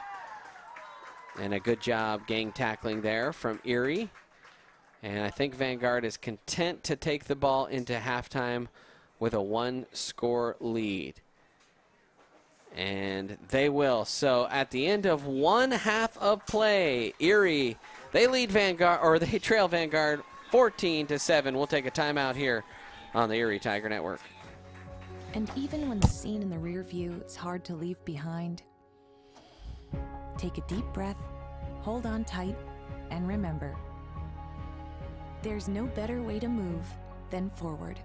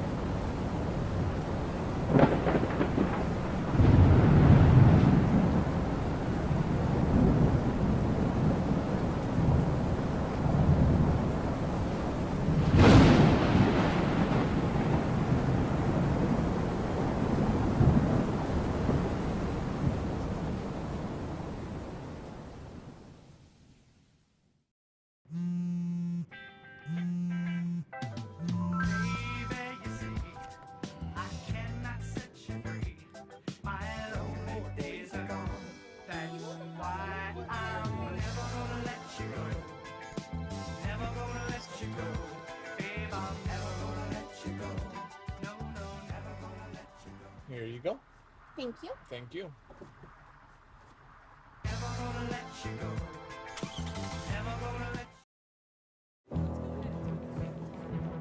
I wasn't born a leader. It wasn't given to me. I couldn't buy it. How'd I get here? I decided. I decided. I decided. I decided. Decide to lead as an Army officer.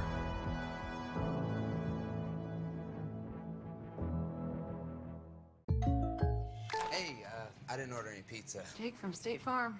After you saved me so much dough on insurance with that Parker promo, I devised a promo for you. Here's the deal, Parker. State Farm offers everyone surprisingly great rates. Right.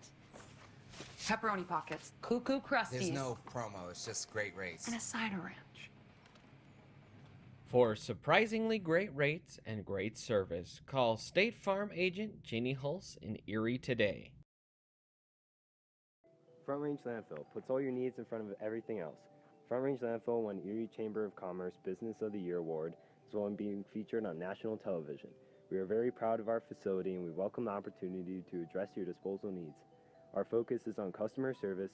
We strive to achieve easy and rapid access in and out of the facility. We feel certain that we will exceed your expectations of your solid waste disposal requirements. Choose Front Range Landfill for all your landfill needs. You will be pleased.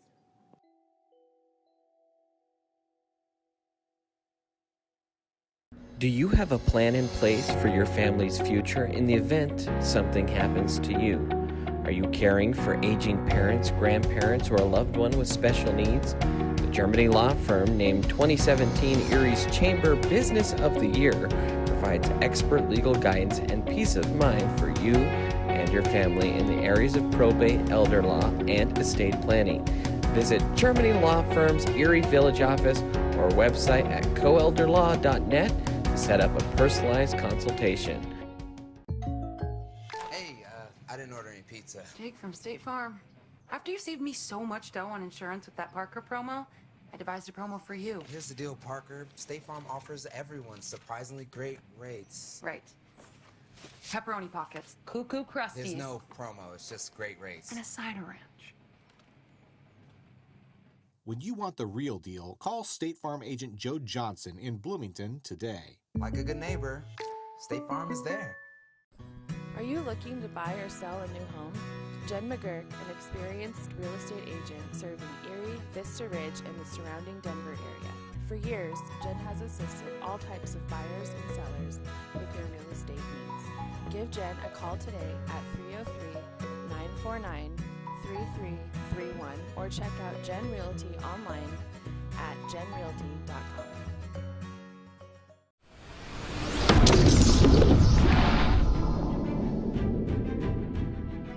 You are watching the ETN.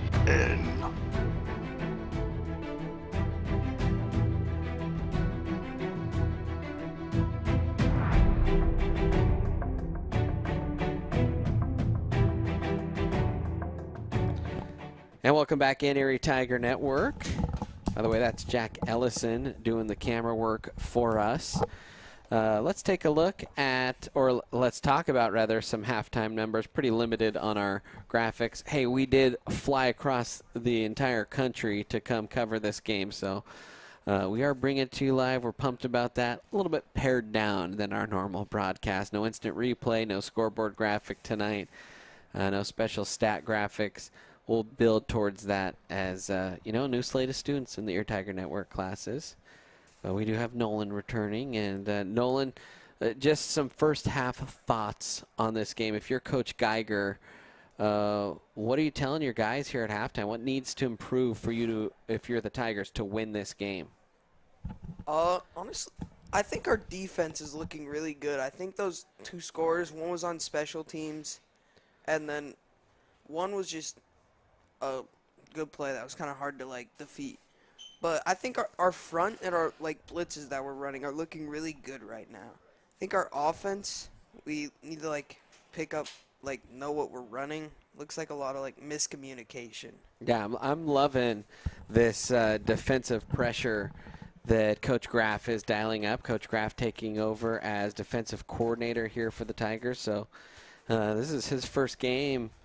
Well, I think he actually maybe started calling defensive plays at the end of last year, but starting the season as the defensive coordinator. So good job by Coach Graff, really integrating some cool little pressure packages. If you're Vanguard, defensively, things are going pretty well. The strength of this Tiger team back at home in Colorado, I think this year is going to be offense. I think you're going to see some huge numbers out of this passing and running game for the Tigers throughout this year, and they're looking really solid over there. Offensively, I mean, they have not blocked well up front. Even when the Tigers don't bring pressure, Tigers are getting pressure. We have a generally new offensive line for varsity. We got a lot of juniors who weren't on varsity last year. So we got our seniors, Cade and Jackson, who look like they're leading it. And then we got Cole, Powell, James Gautron, and Cash Rhodes, all the other filling in. Looks like they're doing all right, but that's mainly where we getting pressure from. That's what seems to be a big struggle currently. Let's take a peek at that football schedule here. As we mentioned, next week we will have a home game against Mullen. You will have an ETN student on the call for that one. I will miss only my second ETN game outside of a non-student-only broadcast. in the history of this network, at least football game-wise. So I will not be there. The Tiger students will grab that one. And I'll be back with the team out in Montrose. And then we will have a home game against Broomfield. I mentioned this earlier. You thought that the long trip out here, 3-hour flight, well, it's a 5-hour drive on the bus out to Montrose. So you can almost make an argument that's a longer trip to travel out there, and that's a same-day thing. I think the Tigers are leaving Friday morning and play a game Friday night. So I think we may also come back that night too, and that trip on a bus, that's going to be quite long. yes, maybe we'll I'll have to bring some extra pillows or something there. Back to that schedule. Windsor, Loveland, Monarch, a pretty good slate here to open the season for this Tiger football team. A lot of good teams on that schedule. You have Broomfield, the defending 4A state champion. Loveland, the defending 4A runner-up. Montrose, a team that, beat Erie last year. We saw them in the semifinal 2 years ago. They're always a contender. Windsor, a traditional powerhouse, hasn't been as strong maybe the last 5 or 6 years. Windsor, usually a pretty good program, and Monarch, a program I think on the rise, and they have a top 10 quarterback in this state. So those first 6 games for the Tigers, or excuse me, the next 6 after this one, tough slate for Erie. Let's see here. Let's look at some of the numbers here. 129 yards of total offense. Very unofficial numbers for Vanguard. Fred Gaskin, 72 yards passing on the ground. 57 yards rushing for Vanguard. And we are having a little bit of a audio issue, so I apologize if you're hearing me kind of come in and out. For the Tigers, 83 yards through the air for Blake Barnett. He has 2 interceptions and a touchdown. 63 yards on the ground for the Tigers. Blake Barnett with 32, Gavin Lusk with 27, and Braylon Tolliver with 4 for the Tigers. Donovan O'Brien, 38 yards on 2 catches. Lusk, he's got a catch for 16 yards. Levine, a catch for 17 yards. And Ward, a catch for 12. 146 total yards for Erie. So they are actually outgaining Vanguard right now, not including total yardage, which is about an 88-yard kick return for Vanguard, and that is the difference right now in this one is special teams, as you mentioned earlier. Well, Tiger fans, hope you are enjoying this stream back home in Erie. Tigers are hoping that they get to celebrate tomorrow at Universal Studios. We'll take a timeout here on the Erie Tiger Network.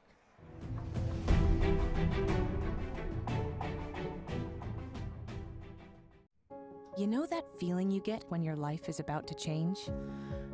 It's terrifying, sure, but isn't it exciting? You may not know with certainty what lies ahead, but that's what makes life, well, life. And even when the scene in the rear view is hard to leave behind, take a deep breath, hold on tight, and remember, there's no better way to move than forward.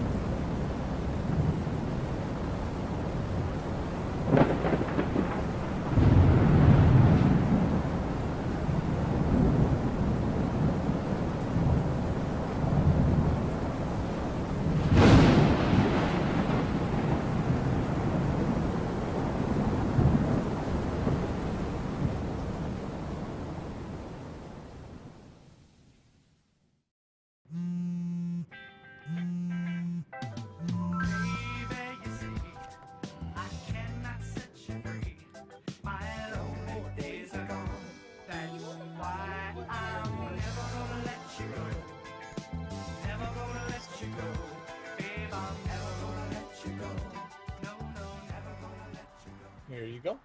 Thank you. Thank you.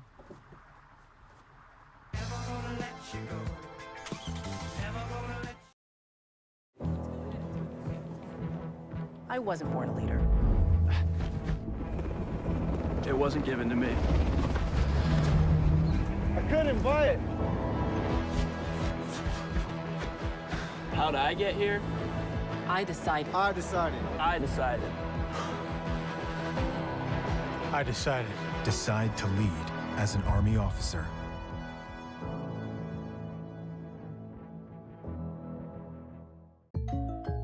Hey, I didn't order any pizza. Jake from State Farm.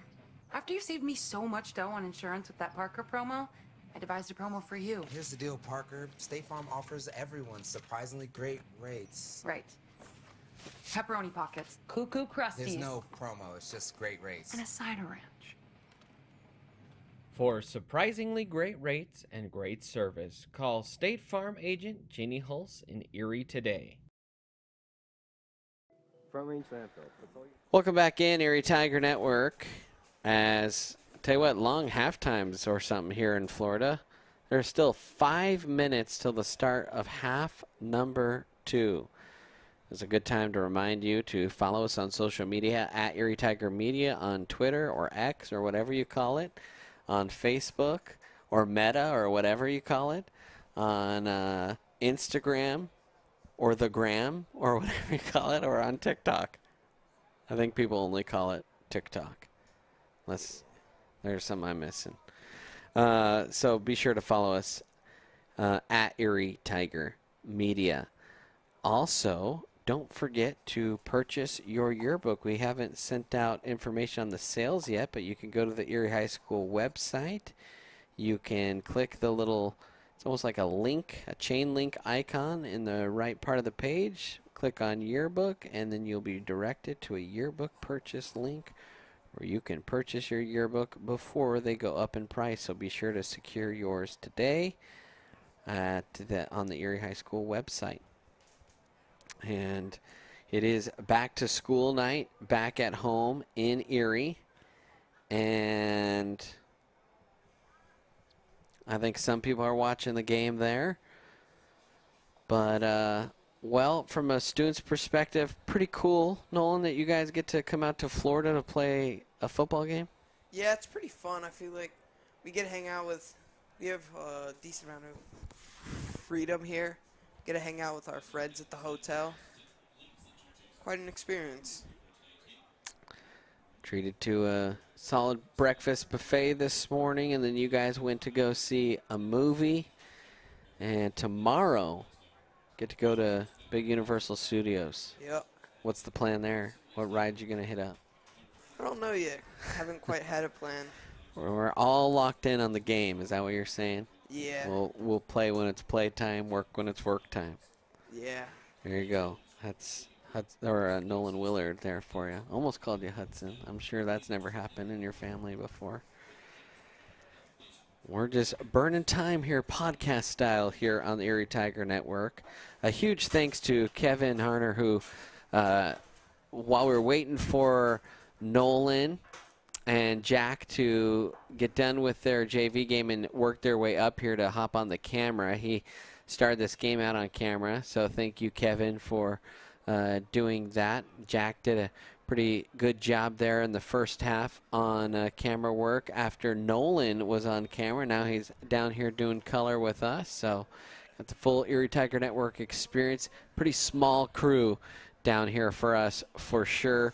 But we wanted to come. We wanted to deliver you this stream. And we didn't think it was going to happen, at least with video, until about a week ago. In fact, less than a week ago, and then we got the confirmation that, you know what, you guys can come stream this game. So we're excited to be here. Glad you could tune in for this. It's 14-7 Vanguard on top of Erie here. There's a couple minutes left till the start of quarter number 3, and Vanguard will start with the football. We'll take a mic mute break, and then we'll come back and get started for half number 2 here on the Erie Tiger Network.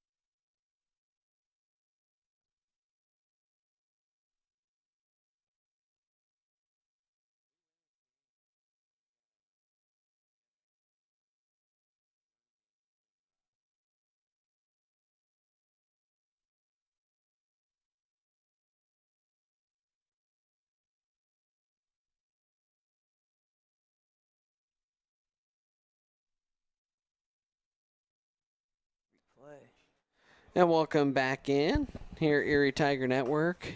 Did Jake or Jack come in? Okay, good. So he is up there, allegedly. We'll see if he moves the camera here. If not, Nolan's going to be scrambling up top to recover for us. But we are getting set here for... There we go. Good job, Jack.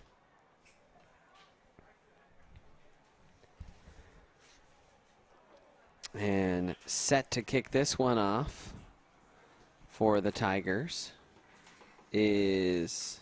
Tyler Hoffman, I believe. Yeah, Tyler Hoffman.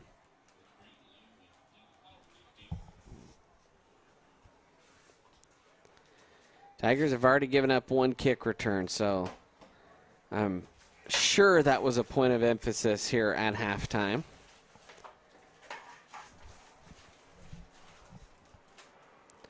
As this one is sent high and deep, and how about that, a touchback? Well, shoot, that's how you prevent a kick return. You just put it into the end zone. And at sea level, too. So, Yeah. So Vanguard will start from their own 20. And Gaskin will lead this team back out here. 72 yards through the air is Gaskin, only 14 yards on the ground. The dual threat QB will scan the defense here. Gaskin claps his hands, gets the ball, hands it off right side. And good job just kind of getting a hit down low and then reaching the long arms forward. Looks like that was a pretty good group tackle by Carson Hagman and Kyler Campbell, I believe. I believe that was Quantrell Gray on the carry. I tell you what, there has been a slew of running backs for this Knights team. It's hard to keep track of. In fact, we don't even have enough space on our little spreadsheet here for all the running backs that we have seen. So second and, oh, there's a penalty? What is going on? I believe it was probably a false start on us. Looks like a short yardage penalty. Yeah. There we go. Yeah. About a 6-yard gain and then a 5-yard penalty. So fresh set of downs. 1st and 10 here for Gaskin. I looked down and I saw a little mix up there. So I was trying to fix our score sheet, and now a short gain there. Good job up front again by the Tigers. Looks like that was probably Jackson Cogill or Dom Sema who started the tackle there, and then a slew of Tigers came in. I think that was Tillman King on the carry. Shoot, that's about 7 different guys who've had carries tonight. We've lost track. 2-yard pickup there. Gaskin will throw it over the middle, wide open on the little quick hitter. Was Tajon Leslie, and a nice chunk gain there for Vanguard. Looks like we just got beat there. We brought a couple guys on that too. 1st and 10. A fumble, ball's on the turf, and somehow Gaskin picks it up, and he just kind of navigates his way, slaloms his way for about 7 yards. That was the second time tonight that we have seen the ball on the turf before it got to Gaskin, and both times he has picked it up like a shortstop filling a grounder with no sweat. Goodness. Quite an athlete back there. 2nd and 3. Gaskin in the shotgun here. He's got 2 wide to each side. Claps the hands, gets the snap. He'll run, read, keeps himself. No one there for the Tigers. Big hole. Gaskin stutters, cuts it back to the inside, and a flag well behind the play. Good job chasing down was Sweeney. There's a flag and a hold all the way back, kind of at the mesh point, and this is going to bring this one back. It should still, that was about 10 yards past the line of scrimmage, so I think it'll still be a 1st down here. I take that first down over the touchdown, though. Yes, anytime. And they'll walk this one back. And a break for the Tigers. So now both teams have had a touchdown wiped off the board due to a penalty.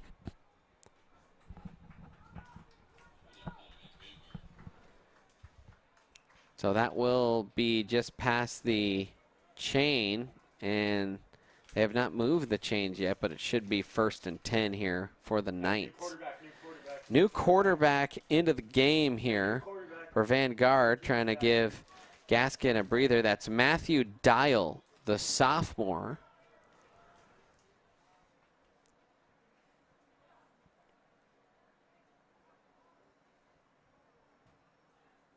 Hopefully, as the Tigers, we can get a good few plays in with the new quarterback in. Hopefully, take advantage of it.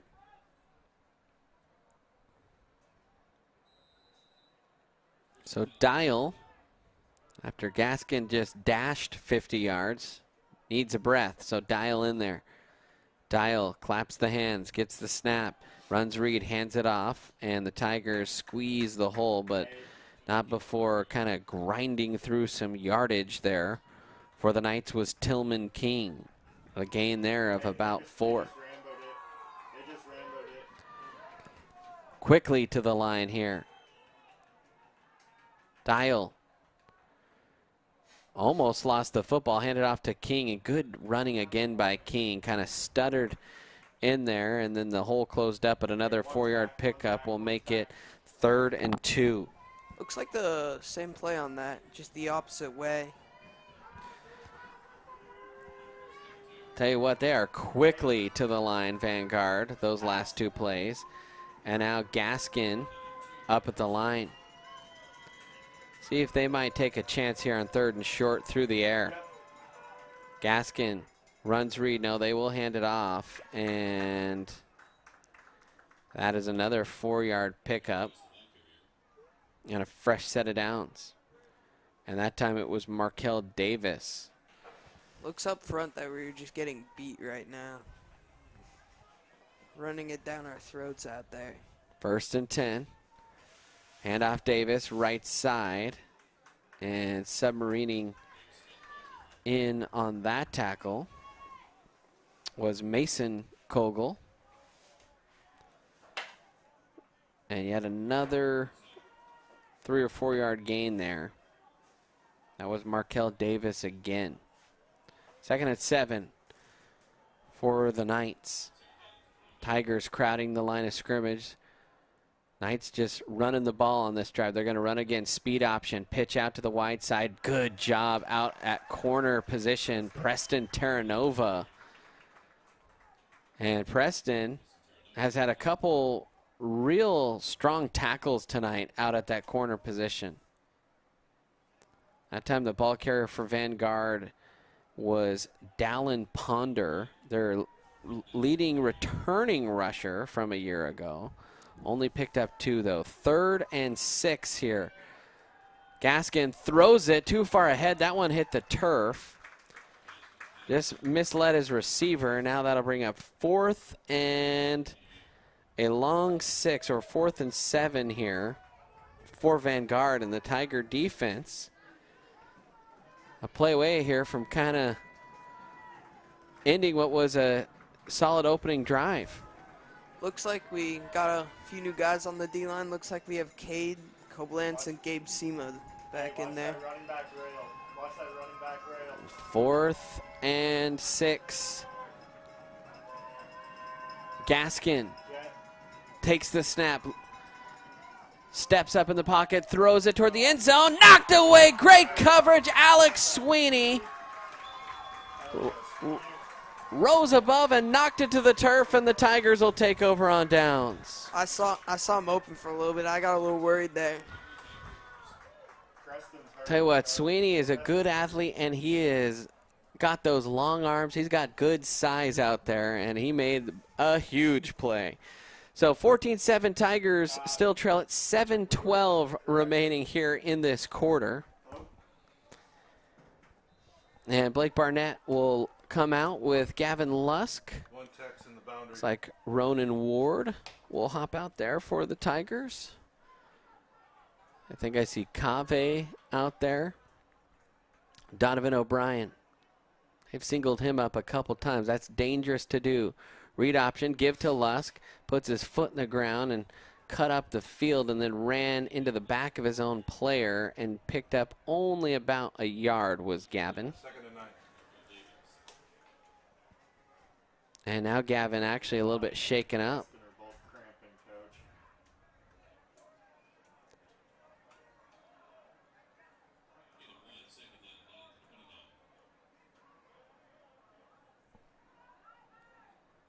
Once again, back from the new half, having that struggle up front with the run game.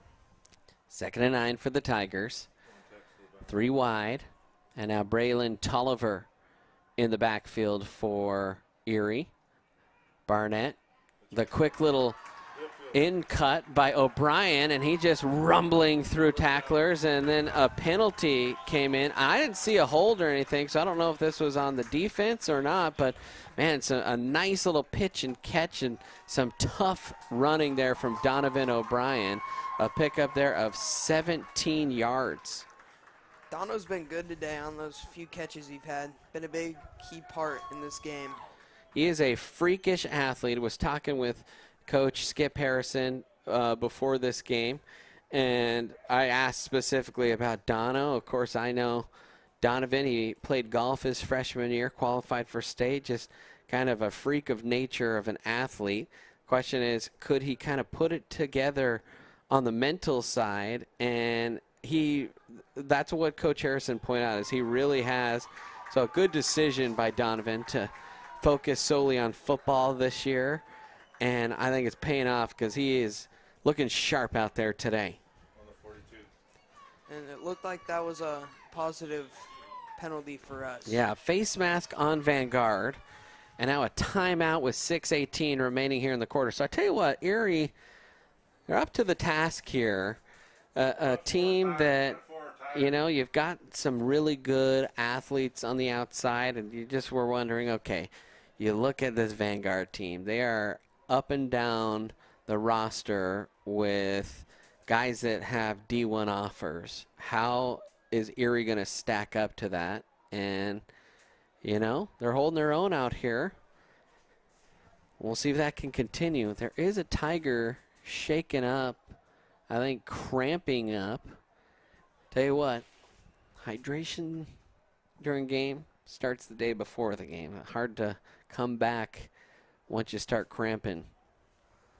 Yeah, kind of hard for us out here. I feel like cramping's usually big.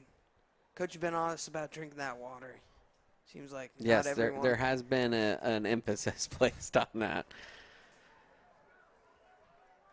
And I know some Tiger coaches, I think, were out looking for pickle shots earlier today. 1st and 10 for the Tigers. Tolliver, the running back. That might be Lusk that's getting worked on for cramps. Read option, hand off Tolliver, left side, kind of patient running, and then tried to sneak through the hole, and a helmet popped off, and they're going to call a penalty against Cole Powell. Got his hands up near the face, and the helmet popped off. And so this could back up Erie significantly. And if it, I don't remember, is hands to the face a spot foul? Because if it is, that happened about 7 yards behind the line of scrimmage. Personal foul. Face mask is the call. Yeah, they are. It's sloppy. So a 15-yard penalty. I feel like there's been a couple of the helmets popping off on Vanguard's side. Man, and Tigers had some momentum after that big play by Dono and the face mask. And now they are staring at 2nd and the distance of a plane ride back to Denver. It's a long way to go. Looks like around 27-ish yards here.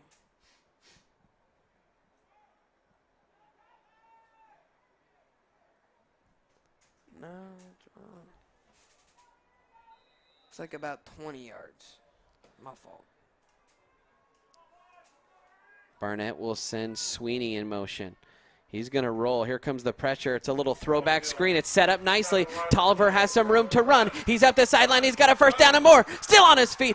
Out near the 20. Fighting through tackles. Finally rumbles out of bounds. And a huge play call there by Coach Skip Harrison at a great time. When the blitz was brought, they threw the screen. And Braylon Tolliver busted it free.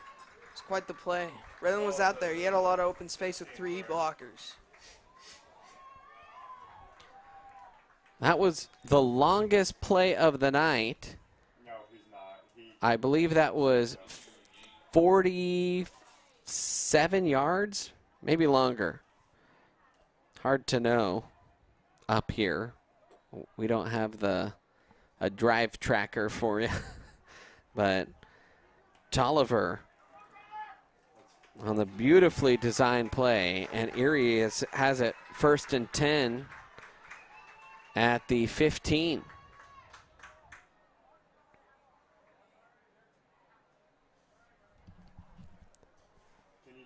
Quite a big play. Hopefully we can get that momentum back we had before that quite big penalty play before. Barnett. And I think that is Lusk that's back into the game for Erie. He's going to take it himself as Barnett up the middle, lowers the head, and then just drives forward. And Barnett, tell you what, he is a pile pusher. Kind of reminds you a little bit sometimes when he runs, maybe of like a Jalen Hurts. He's just so powerful. And a 5-yard pickup for Blake. Looked like that left side of the line really did a good job there. Saw Cole Powell with a pancake on that left tackle spot. 2nd and 5 here. Lusk flanking Barnett. 3 wide. Preston Terranova out there for the Tigers. I think that's Noah Garcia out wide as well. Read option, handoff to Lusk. Stutters, twists, backs his way for a yard. That is the kind of night it's been for Lusk. He popped one off for 26 in 1 run. His other 10 runs have yielded 3 total yards. It's kind of hard. He doesn't really have much space over there. And a timeout for equipment. I think there is a helmet issue from one of the Vanguard players, and now the umpire saying, okay, play on. Garcia split out here to the near side. Barnett hands it again to Lusk, sneaks through a hole, fights his way forward. That's going to be really close. I think that's going to be 4th and 1. A 3-yard pickup there for Lusk. Looks like. And now the Tigers bringing out the big fellas. So 4th and 1 here. You have Gabe Sema, who's checked in. You have Mason Kogel, Alex Sweeney, he's a big wideout. Barnett under center. Barnett again will push forward. He'll back his way. He stays on his feet, fighting towards the end zone, and Barnett will be about a yard short. And I tell you what, Blake was initially stopped. He might not have gotten that if he just, hey, I will not go down. Saw that initial play. Thought we were gonna have turnover on downs there. Tigers quickly to the line of scrimmage. Barnett again under center. Barnett again pushes his own player out of the way and bowls his way into the end zone for a Tiger touchdown. And with 3:25 remaining in the 3rd quarter, the Tigers are an extra point away from tying this one up. Looks like we went to the same play there. A few yards, smart move. Blake Barnett emerging from the massive humanity, pumped up. The big screen pass set it up, and Blake Barnett dusted it off with a 1-yard sneak.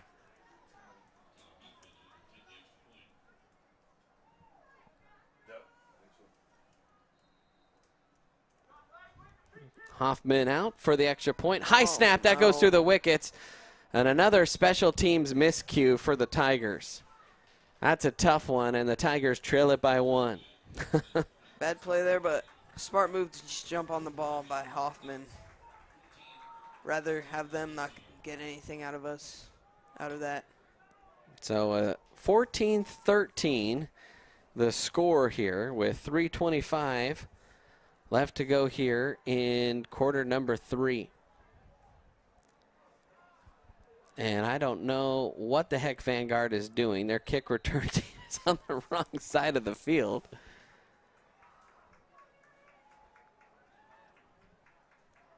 But I tell you what, that was an impressive drive by Erie. And what a screen call. Perfect time from Coach Skip Harrison, as not only was it just a great play on 1st and long, but Vanguard brought the house, and that just played right into Erie's hands. Yeah, I knew something good was going to come out of that. Coach Harrison, Skip, he's quite a smart guy. I feel like he knows what he's doing. Coach Wooch would be proud. Coach Wooching, the former offensive coordinator, now with Florida International University. They play tomorrow night, I believe, or sometime this weekend. He is part of their football staff. I know he's watching. I saw him check in via text earlier, so I haven't texted you back there, Wooch. As this kick will also go into the end zone. So good job by Tyler Hoffman. He pumps his fist in celebratory style, and that's what you need if you're Erie. You got to get that ball into the end zone with the speed of these guys here for Vanguard. So 14-13. Tigers trail it by a point here as the defense will come back out onto the field. Gaskin will lead his Knights back out onto the field.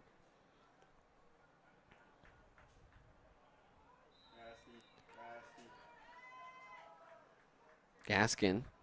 This kind of feels like they want to throw deep here. Nope, they'll pitch it out to the wide side. There's some speed, and can the Tigers catch him? One broken tackle.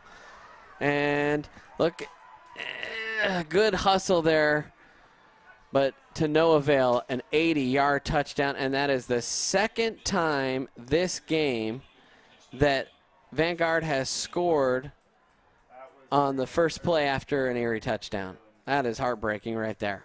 I thought we were going to have it there. I saw a couple players over there. Just weren't able to bring it in.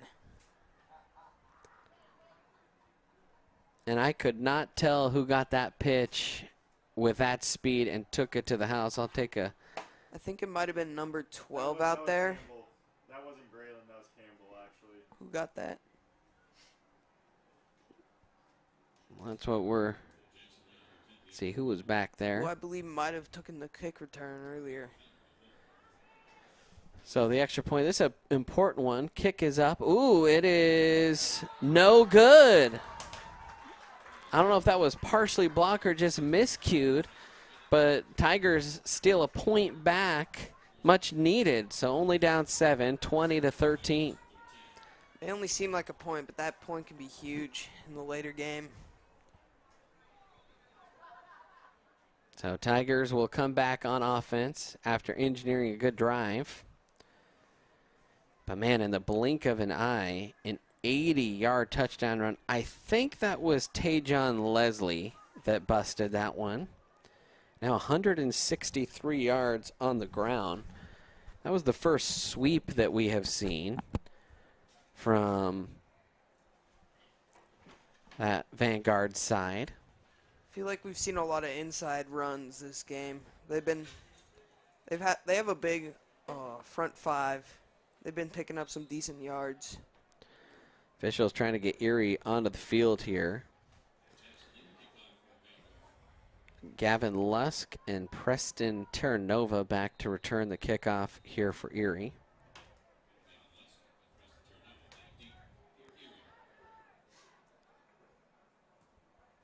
Lee will send it high. This one is going to be caught by Preston. He'll run it to the near side, cuts it up the field. He's got some room here and tried to step through another tackle. Got up to the 47 and a heck of a return there for Preston. Looks like he was tackled by the kicker on that play. Even if he broke through that one, there was someone not too far behind him. You know, Preston was a solid corner last year, but his senior year, he just looks like he grew in confidence by leaps and bounds over the course of the offseason. I feel like he has. I've been with him at practice. He's definitely a leader out there. 1st and 10 here for the Tigers. Barnett in the shotgun, 2 wide to the far side. Barnett will keep it himself, and he tried to get away from a tackle, and a good job wrapping up, driving Barnett backward. Looked like he was almost going to try and get rid of it towards that end of the play, try and stop the loss of yards, but couldn't get it quite out. 2-yard loss there for Barnett.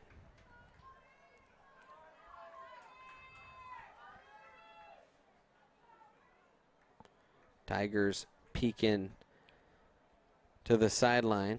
Attacking the boundary.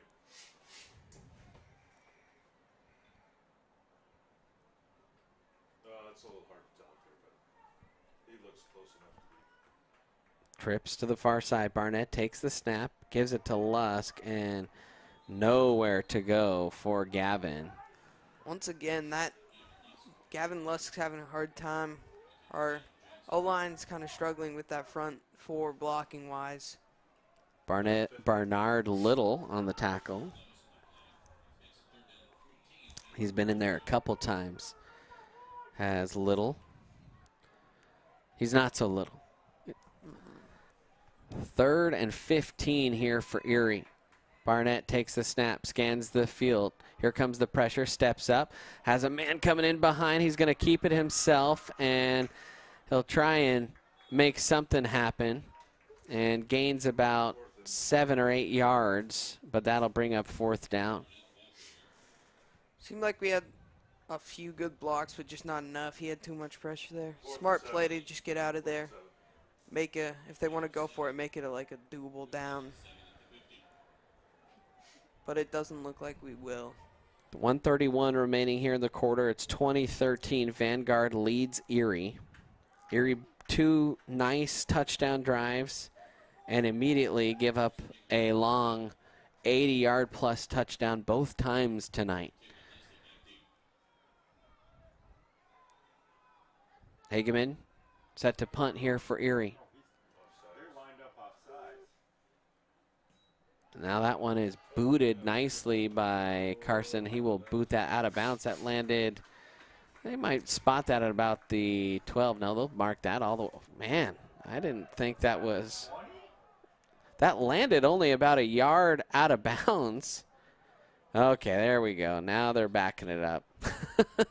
So I'd say that landed a yard out of bounds near the 10, and they still can't agree. I mean, it's where it crosses in the air, but the 20, that's a bit much. I don't know about that. I don't think it really traveled 9 yards in that, like, second it was in the air, maybe. All right, so 1st and 10 from the 20 for Vanguard. Gaskin in the pistol. They're going to run that same play, and this time the Tigers do a much better job. In fact, they'll get that one for a loss. Looks like Kelton Cook was in there right away, but couldn't quite get the tackle wrapped up, and he broke out of it. Looks like they were trying to go back outside after that one play. 2-yard loss. That was Gray on the carry.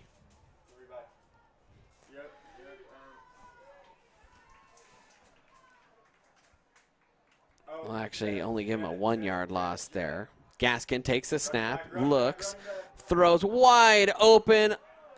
That one's caught down the sideline, and no one's going to catch him. Another big play, 81 yards on a little mix-up there in the secondary. And it is now a 2-score game. They got quite some speedy players out there, as you can see, and it looks like there's a penalty over on that far they're gonna side. call an excessive celebration penalty,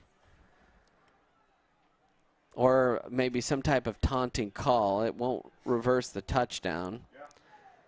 That happened well after. I believe that was Tajon Lindsay on the touchdown catch.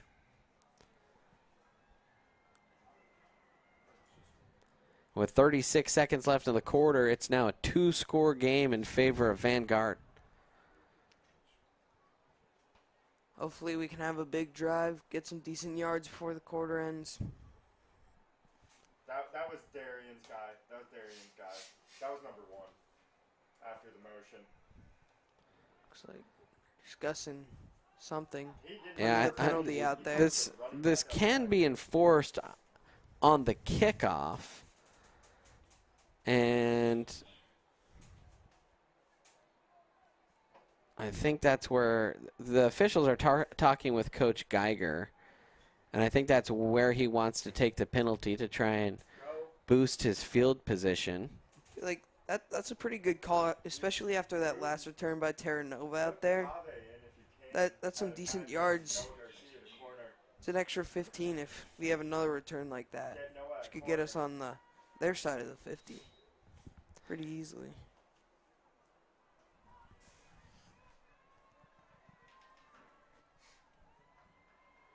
And that one is blocked. So another missed extra point. It's only a 12-point game here for Erie. You kind of feel that coming all night. Yeah. Luckily we had Dom Sema and Mason Kogo there to tackle him after that. Could have gotten some points there. So 36 ticks left here in the quarter, here on opening night here in Kissimmee, Florida, from Austin Tyndall Sports Complex, as the Erie Tigers out here on the East Coast playing some big boy football. With Coach Prime taking the CU job, we've heard a lot about Florida boys, and we can see the speed on display for sure. Definitely got us there. There's been a couple foot race, and they just get us every time. You knew at some point a Coach Prime reference was coming tonight. Had to. Surprised it hasn't happened already.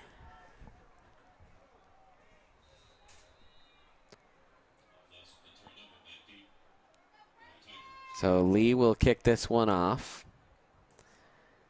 End over end. This one is going to actually be taken by one of the up men across the 40 to the sideline and stepping out of bounds at the 45. Seems like that was Jack Carnival on the return. About midfield there. Jack Carnival. Player to keep your eye on, a sophomore who did not play football his freshman year and was mentioned by the coaching staff as kind of a kid that might surprise some people this year. Yeah, I know he's played other sports, and he's a pretty good athlete, so not a surprise that he's doing pretty well in football. 1st and 10 for the Tigers, trips to the far side. I believe that's Tolliver, the running back. Barnett, the quick hitter to O'Brien, who catches and turns up the field, and a nice little solid gain there for about 7 yards. Looks like our pass blocking is working a lot better than our run blocking. We got Sweeney, Preston. Yeah, he broke up a nice pass in the end zone a couple drives ago. Lining up about 2nd and 4 or 5 with a quick pass to Mason Kogu.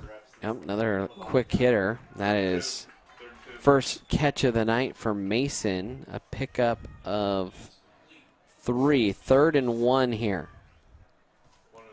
And that will do it in the quarter. So at the end of 3, the Tigers, they lead at 26-13 here in the Erie Tiger Network. Everything else. Front Range Landfill won Erie Chamber of Commerce Business of the Year Award, as well as being featured on national television. We are very proud of our facility, and we welcome the opportunity to address your disposal needs. Our focus is on customer service. We strive to achieve easy and rapid access in and out of the facility. We feel certain that we will exceed your expectations of your solid waste disposal requirements. Choose Front Range Landfill for all your landfill needs. You will be pleased.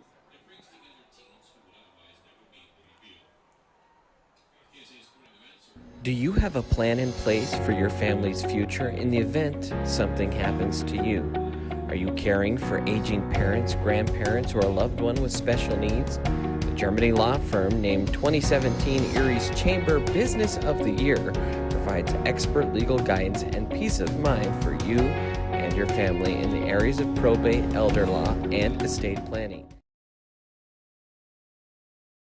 And welcome back in Erie Tiger Network, as the Tigers take the field here on 3rd and 1. Ball spotted at the 46. Big moment here for this Tiger team. Barnett, he's going to run the QB draw. Strings out to the near side and was tackled, or rather pulled out of bounds up high around the collar. I think Erie fans wanted the horse collar, but it's not a horse collar. And it is enough for a first down. In that play, I saw Coach Luss's gloves pop up, Yeah. bright yellow. Yeah. Thought there was a flag.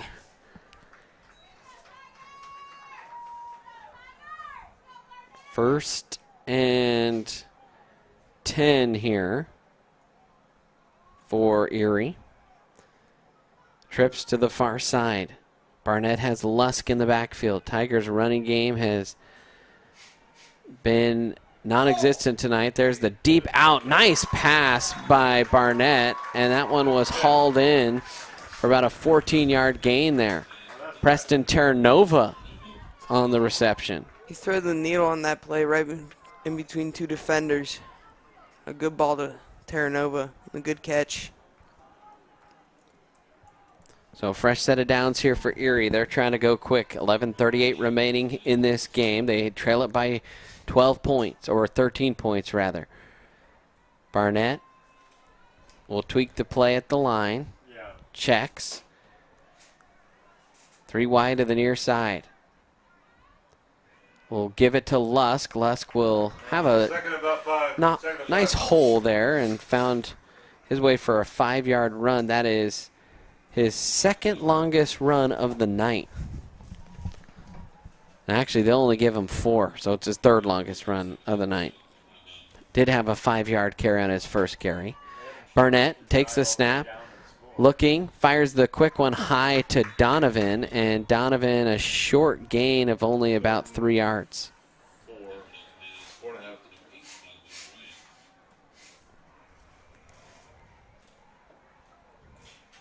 So 3rd and 5, really.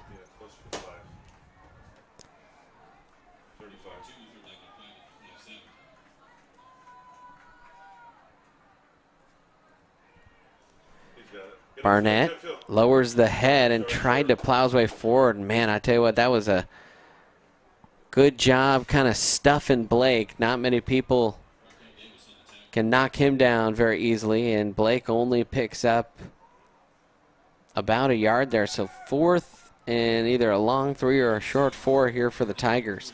They're quickly to the line. They're going to go for this one. Barnett sees some pressure. He'll roll to the near side. Barnett breaks, tried to break the first one and then got swallowed up on the second wave, and a turnover on down for the Tigers.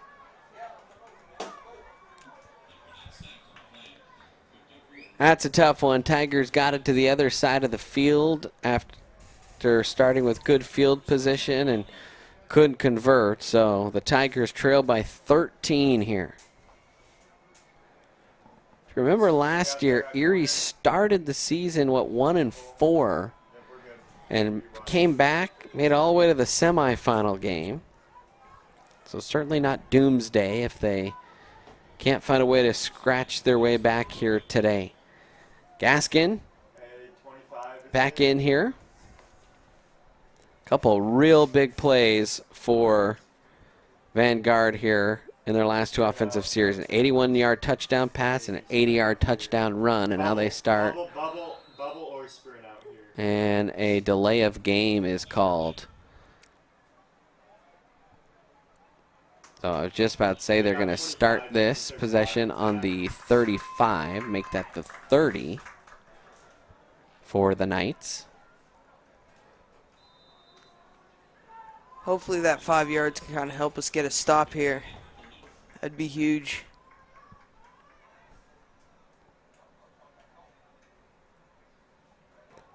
Gaskin in the shotgun.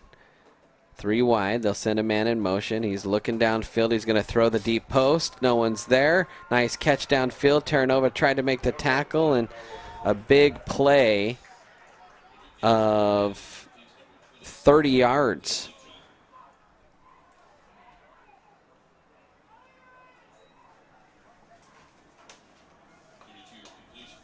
He just beat us out there on speed. Fast guy. Then broke 2 of our tackles. Little inside reverse here. Tigers trying to string it out, and there's multiple flags coming in for a hold, and Jackson Kogel's also going to get called for a penalty for laying on top of the guy that was blocking him. I don't really know what that is. Probably just anger coming out of that. Kind of a funny penalty, though. I mean, I didn't see any extracurricular there, but he was laying on top. I don't know how else to explain it. Looks like he's chatting it up right now.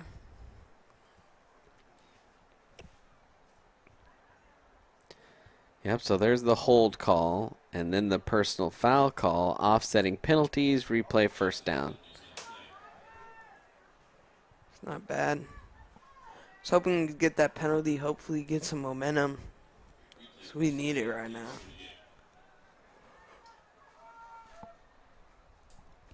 First and 10. We'll do it again here for the Knights. 9:17 remaining here in the game.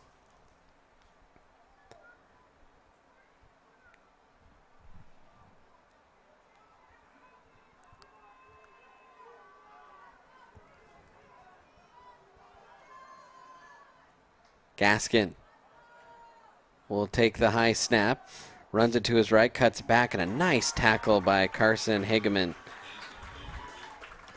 That was huge. If he broke that tackle, he could have gotten out of the open space. That would have really hurt us. You know, when I was looking at this roster and we were kind of going over the game, I really thought that the Tigers would have a tough time keeping this within 3 or 4 scores, and I think they have played pretty well tonight.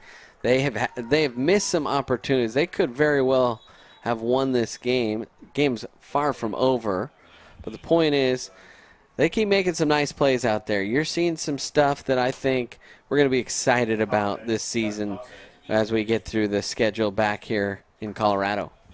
Oh, for sure. I feel like once again, our D-line, which have been pretty solid tonight, most of their runs, I feel like haven't really, except that huge one for 80 yards, have been held to a couple yards. But we've just been beat deep with speed. 2nd and 5 here. Gaskin in the pistol takes the snap. He'll pitch it this time to the opposite side of the field. There's a crease there, but a flag coming in and a hold, and some good running, and all for naught. And it looks like Braden Powell's helmet popped off on that play. We said hold, but it might be a little illegal hands to the face. Anything could help us. Yeah, now. Let's try and switch momentum back onto the other side, man. Both times Erie felt like, all right, got some momentum. Just a huge play would transpire for Vanguard, and so Erie's got to find a way to kind of wrestle that momentum back into their favor. 8 minutes remaining here in quarter number 4. It's 26-13. Vanguard leads it. 2nd down and about 13 here for the Knights. Fred Gaskin in the shotgun here with trips to the near side. He's going to look. I thought there might be a false start. There's a pass over the middle. Tolliver was in the vicinity as that falls incomplete. There is a penalty. That one came from the referee, and they're going to call an immediate hold. I mean, that's a world record for holding after the snap. I thought it was a at the snap penalty, because, well, maybe it won't be a hold. The referee looks like he's signaling hold. That's why I'm saying that. Yeah. Keeps on grabbing the wrist. Tell those guys, Looks like it. Tell those guys behind you to stop playing catch back here. On the sideline till you're. They don't need to be doing that.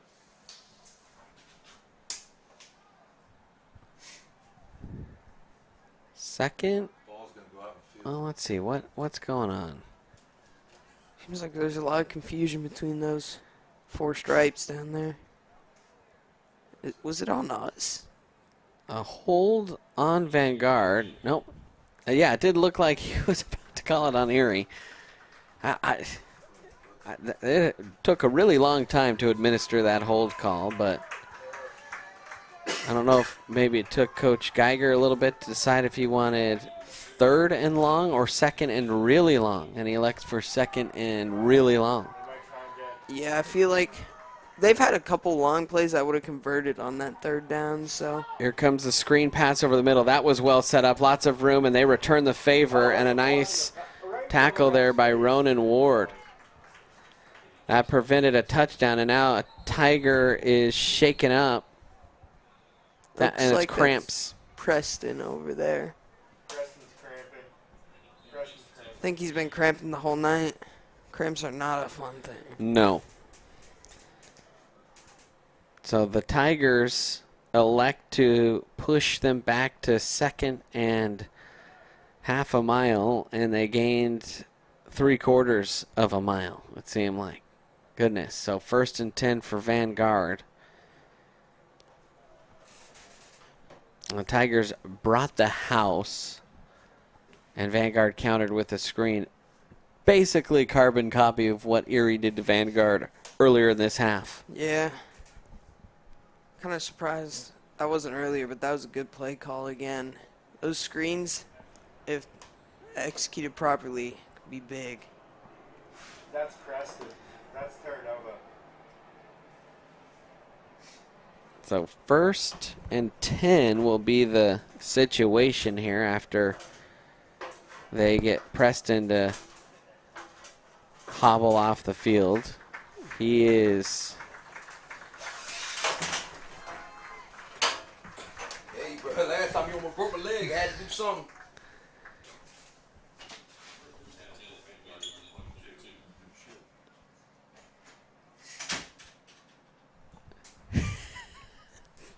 Some behind-the-scenes drama.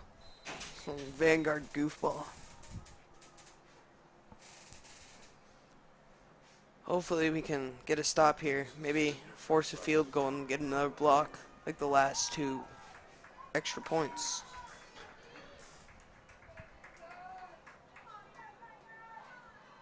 .706 remaining here in the 4th. Gaskin will take the snap. Looks to his left, now pumped. He's going to roll. He's being pressured. Throws on the run and overshot his intended target. Good coverage applied on the play, that time by Braylon Tolliver.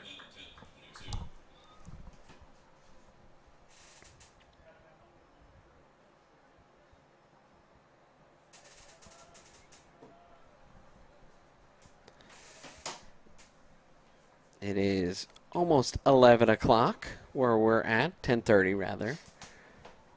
Not used to calling football this late. Nah. 2nd and 10 here for Vanguard with Gaskin in the shotgun. Seems like the pace of this game has really slowed down. Gaskin trying to set the offense here. Man in motion. Tigers bring some edge pressure and they get the sack. Good job. Ronan Ward getting in there for the sack. And Gaskin, maybe a touch shaken up on the play. He will lose about 7 yards. That could be a huge momentum shift. Hopefully it is. Near QB. Near QB.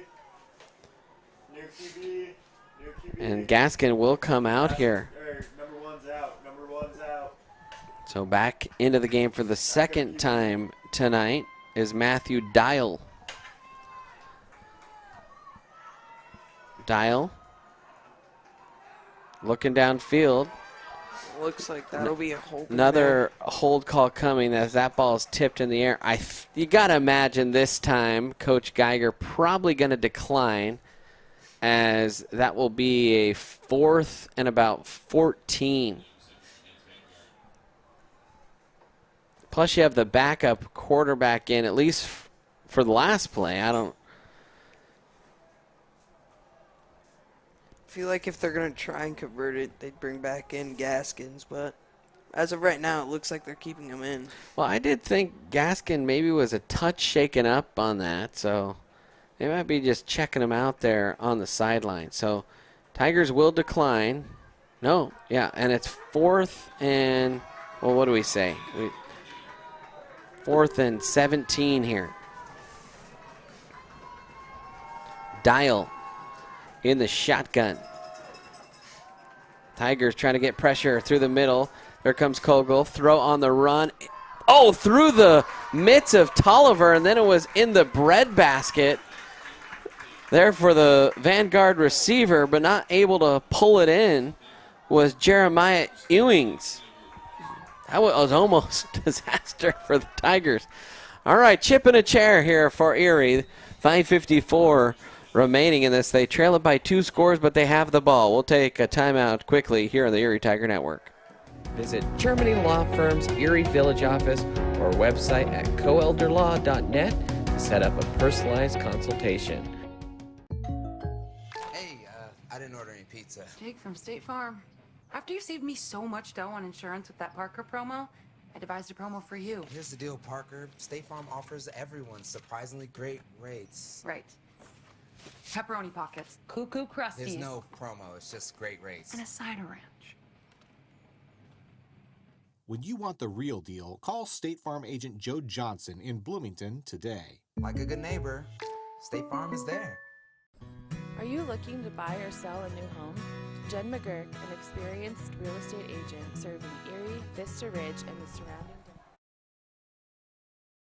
And welcome back in Erie Tiger Network. Erie takes over 1st and 10, and they will take over on the 30. And that's where Barnett and company will come out. He's got trips to the near side, does Barnett. Tigers will have to engineer this, and there is a penalty. I think we're going to have a legal formation, and O'Brien was open, but they're blowing that dead.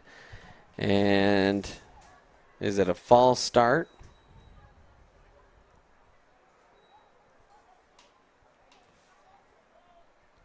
A lot of penalties in this. Of course, no preseason for these teams. The Tigers did scrimmage Rock Canyon last week, but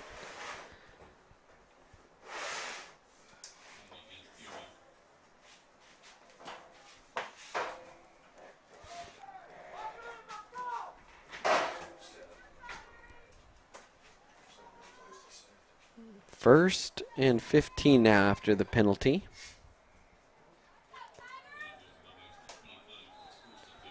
Hopefully we can get a quick big play off here so we can have some time on the clock. Empty backfield. Barnett looking, fires the wheel route to Cave, and man, he got a fingertip on it, but it was just a touch overthrown. That looked good from up here. I was hoping they would complete that. That was good anticipation because it wasn't there, and then suddenly Cave emerged. So, like the throw there on the little almost out and up or wheel route there from Cave, just mistimed it. Barnett again takes the snap, delayed handoff. Lusk got through the first wave and then was slung down to the turf back at the line of scrimmage. Tiger fans thought that was a face mask. I didn't see anything there other than a grab around kind of the shoulder pads.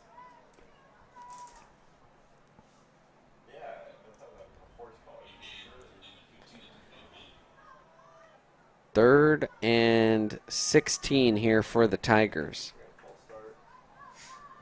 Hopefully we can get something good here.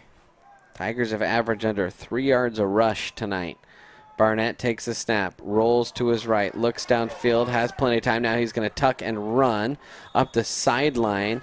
Needed to get to the 40 for a first down. He got to the 42. So first down. Hell of a block by Gavin Musk right there.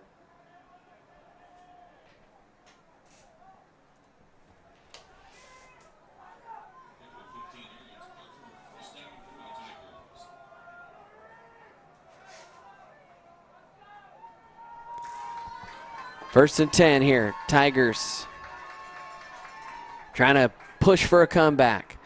Barnett pumps, now fires the deep ball for O'Brien. Oh, he had it in his mitts and he couldn't hold on, but he was pulled. And there's going to be a defensive holding or interference call. That'll be big. It's really helping. He would pull that in there, but penalty helps us out too. And Donovan is really been an impact player for the Tigers tonight.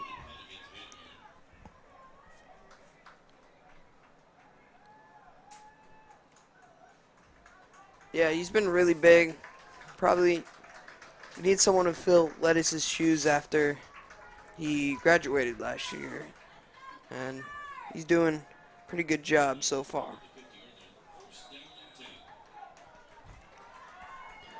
First and 10, do it again for Erie. Barnett thought about the swing route, now steps up in the pocket, flips it Brett Favre style, and there were two Tigers in the play, and yeah, they may have run into each other. Had Gavin pulled that down and not been taken out by, that could have been Donovan on the takeout. He might have been gone.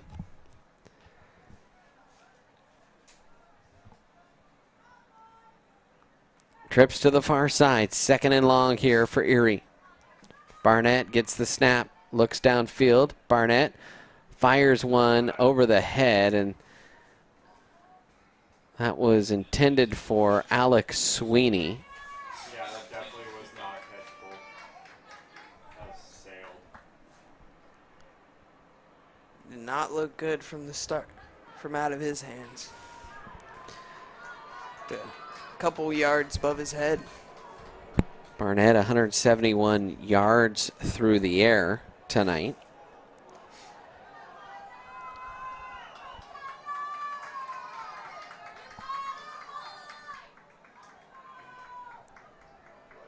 Blake gets the snap.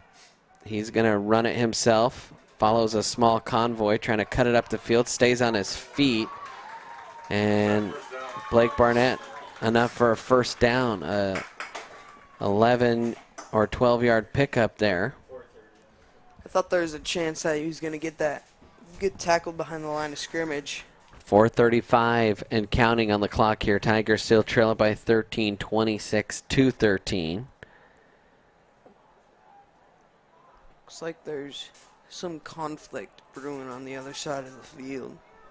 Yeah, the officials are conferencing over by the first down marker in what should be about an 11-yard gain, but we've had a lot of long, oh, and there was a flag, and now it's being waved off, so no flag here. And they're going to mark them short. Well, no, okay, maybe not. They're moving the chains, but the marker was temporarily at fourth down. Okay. Goodness. It's been a lot of stoppages tonight. First and 10.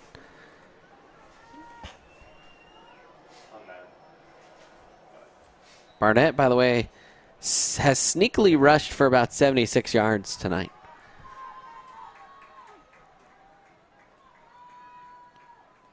Barnett takes the snap, looks. He's going to throw the back shoulder fade to Sweeney. Sweeney's caught it.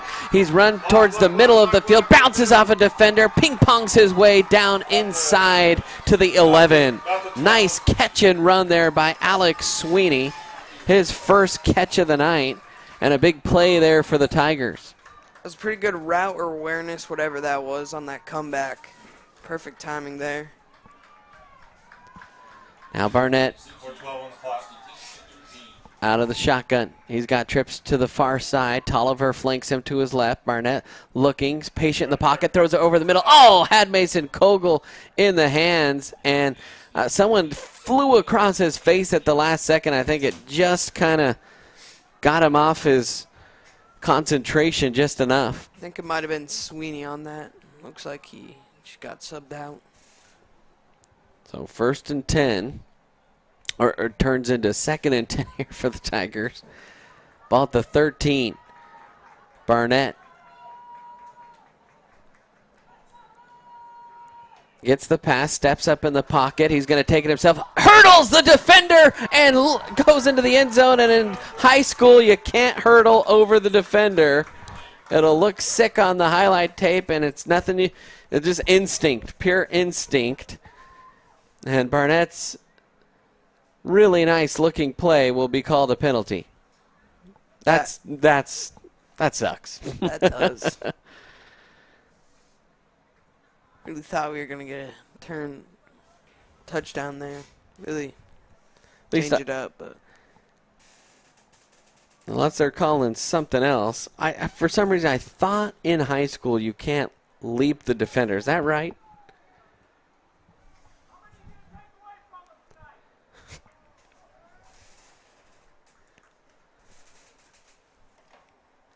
another long discussion from refs here.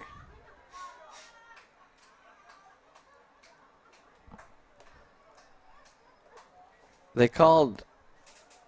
Is that the call for leap? What is that?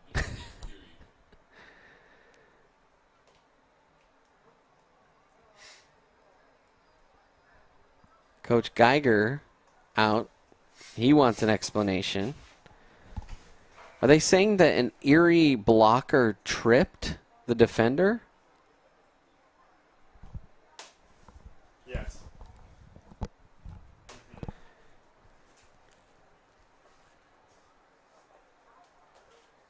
Unless he willingly did. I think it's perfectly legal.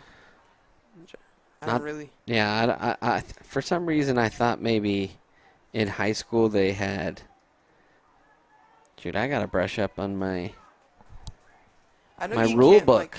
You can't like. Only hurdle if the defender's going below their waist. You know, and we're looking on the replay, and that defender was at Blake's knees. I mean, he was knee high, and Blake hurdled him, but he jumped so high into the air that it looked like he could have jumped over the moon. It sounds like they called our receiver for tripping the defender. Yeah, we're getting word in the box that they may be calling tripping, and we're looking back here, and that might have been a good call. No. So Donovan O'Brien stuck his leg out, but I don't think the defender tripped over it, but it definitely looked like that.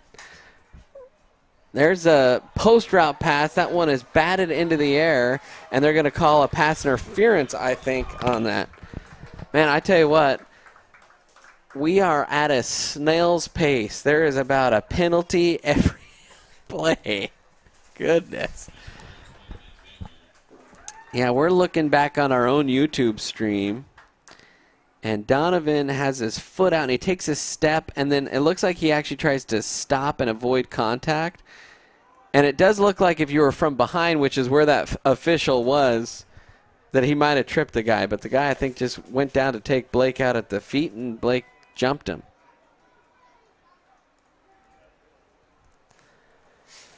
So now a pass interference call.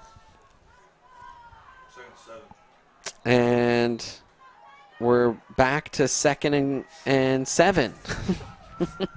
Empty backfield, 4 wide here for Barnett. Takes the snap. Steps up in the pocket, gets a face mask, doesn't matter, escapes it, and he rumbles into the end zone. A 10-yard run by Blake Barnett, and the Tigers are within a score with 3:26 left. Looked exactly the same as that first play. He got in this time. No tripping penalties. And we might have another long discussion here. But I am assuming that this ends with an Erie touchdown. And that would put them down 8 points here. And they're calling for Coach Geiger to come down and chat this one over. And you see Coach Geiger there on the bottom right of your screen having a little conference with the officials. I don't know. What in the heck is going on? So touchdown is officially called. So Tigers currently, it is 26 to 19. So they're down 7. And we have 3 I forgot there were minutes. 2 missed extra points. So they were down. So they're down 7. This would make it a 6-point game right here. 3 minutes and 26 seconds left on the clock. I'll have to get a stop early. Oh, high snap. Good hold by Ronan. I mean, what a hold. He got that down, and Hoffman just pinched it through. So 6-point game, 3:26 remaining. A lot of fight in this Tiger team. And can the Tigers get a stop? Or perhaps, although there's no Dom back there for an onside kick, maybe Tyler the lefty has some similar magic up his sleeve.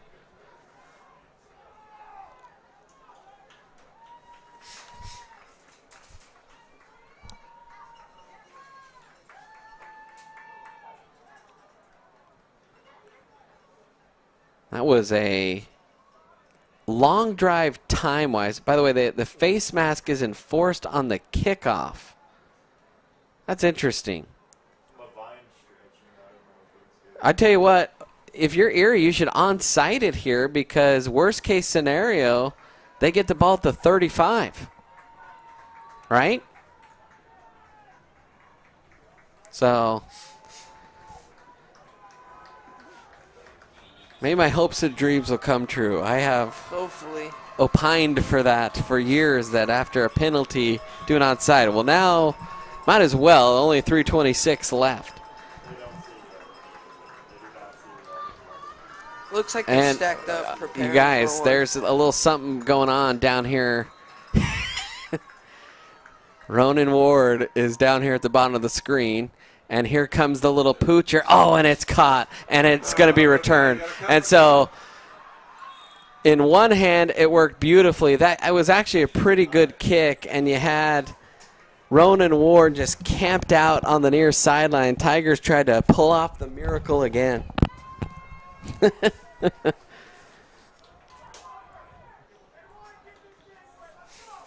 That could have been pretty good, but it looked like they were prepared for that. They had a few guys stacked up right behind that first couple.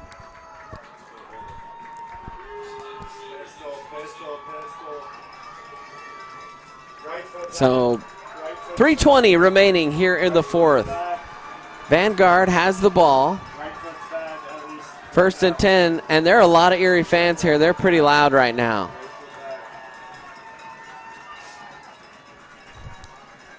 And the official is actually stopping and telling the receiver, you can't jump up and down like that. You need to go off to the sideline.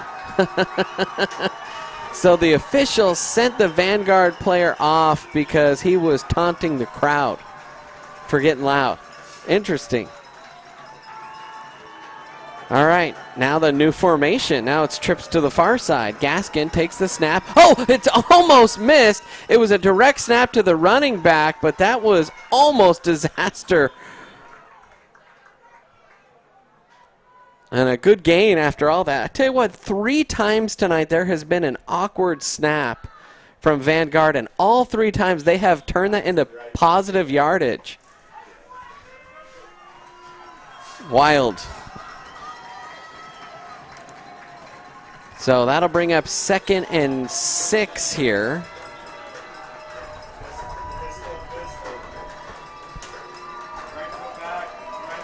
Gaskin. That's another missnap. This time the ball's on the turf, and I think Gaskin popped on it. He just popped on it, but a loss there of about 4 yards.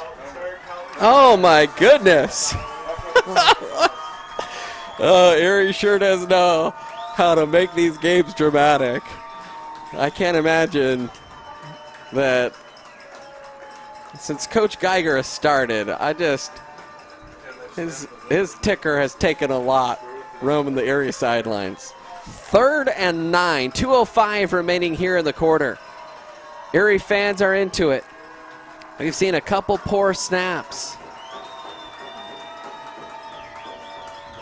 This one better. Gaskin, plenty of time, throws it down the sideline. Was it inbounds? They're saying it's a catch.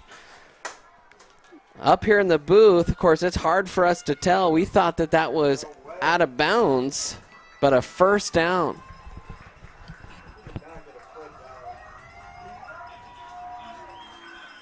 And, man, it's tough to tell on our camera angle because there is someone in white, a fan that was blocking the view.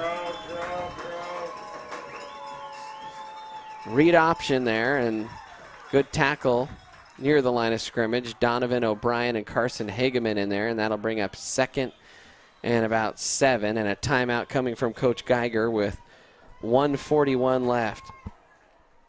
And, I mean, we're watching the replay on our end, but you cannot tell because someone in a white shirt is literally standing right where the receiver's feet are, at least on our stream. So, literally impossible to tell from our camera angle. But it's inconsequential at this point because the situation are that the Tigers have to find a way to get a stop here on a 2nd and 7.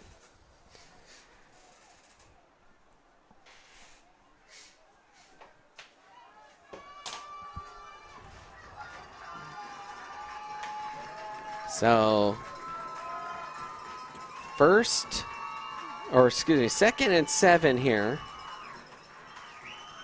I'm not sure how many timeouts the Tigers have left. Scoreboard does not have that information. I've lost track. Let's see what Tigers do. Gaskin and another fumble! It's on the turf again! And I think Vanguard fell on it again. For the 5th time this game, the ball has hit the turf in the backfield, and Vanguard is 5 for 5 in falling on the football. I thought we got it that time finally. Tell you what, if I'm the nose tackle right now for Erie, I might just say, "Oh no, you're good. You won't mess up again." To the center, play a little bit of mind games because at this point, you have a center for Vanguard that has the yips a little bit. It looks like Vanguard might have called a timeout. Try and get that figured out. I think that's probably an Erie timeout, don't you think? No. Vanguard wants to keep that clock rolling. You call a timeout, probably let that clock roll all the way down. Tiger defense out there. Vanguard definitely using the timeout to talk this one over. So 3rd and 9. Tiger fans into it, and they have come in numbers. There are about, 200 Tiger fans here. And there's another fumble! The Tigers are celebrating like they have it this time, and they do! The Tigers jump on the ball with 1:30 left. Oh, yeah. Oh. What in the world is happening here in Florida? There has to be something up with that. I don't think you earned a starting center job and then butcher 7 snaps.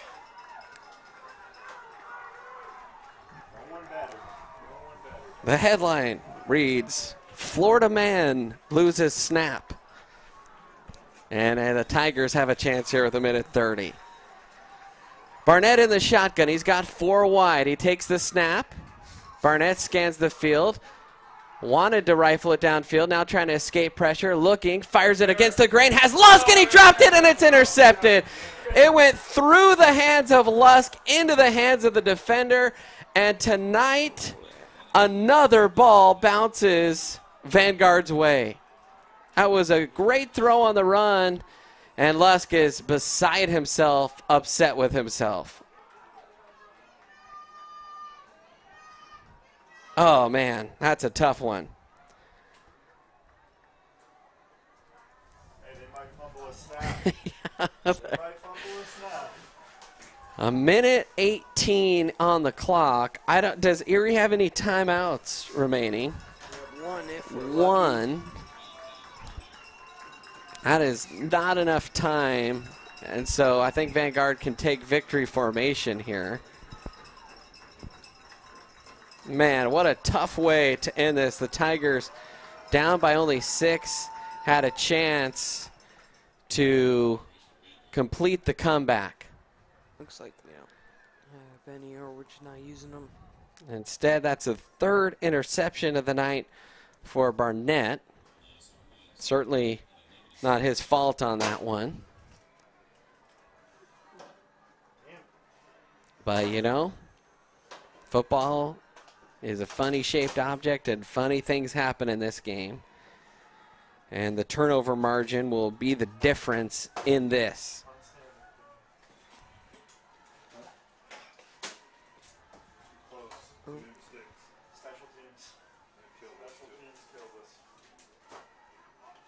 So Vanguard called a timeout with 44 seconds left. They let that one run all the way down. I'm not sure Erie has a timeout remaining. Gritty effort from this team. They're not going to be satisfied with the result tonight. But they came down and put up a good fight against a team with a lot of talent on it. For sure. A lot of speed, and Erie was right there with them all the way through the end.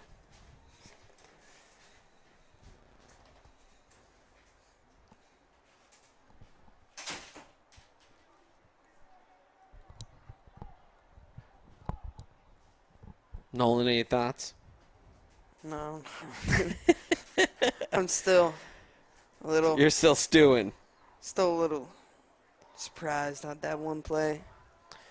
Hopes went up and then immediately back down.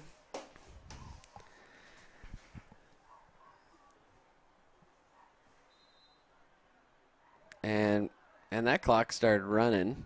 It's a formality at this point, and that'll be the last kneel down of the game, and the Tigers will shake hands. Well, Tiger fans, thank you so much for tuning in tonight.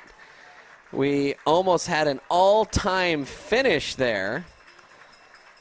Didn't quite happen, but, you know, almost, 600 of you tuned in at one point. So thank you for tuning in tonight. We appreciate it.